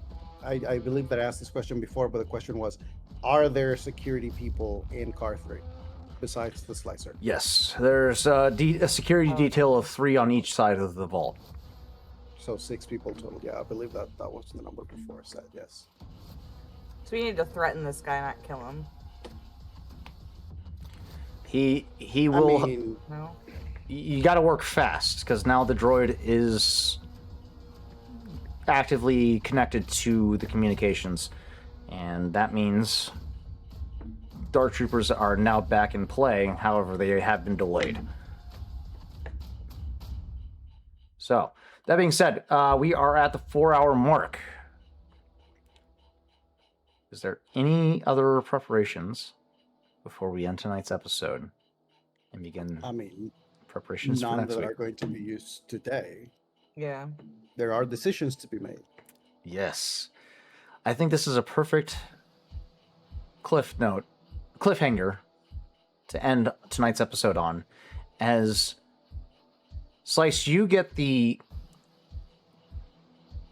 warning displayed across your datapad as a counter slicer begins to infiltrate the programming that you had initially set in place to disrupt communications has been effectively removed. A droid, slicing droid.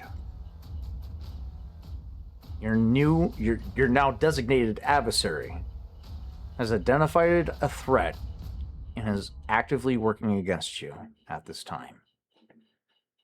Where the rest of this journey goes is to be diced. Thank you all, you wonderful 2B Dicers, for tuning in tonight's episode of Star Wars Edge of the Empire. This is about to get fucking interesting. Tune in next week to see if the crew is able to successfully infiltrate the vault while also keeping the Dark Troopers out of the conflict for the remainder of the encounter. They have successfully navigated the troop compartment and retrieved the HVT, along with the code cylinder and datapad. Where the rest of this journey goes is to be diced, so tune in next week. Don't go anywhere. We'll see you next week. Have a great rest of your night.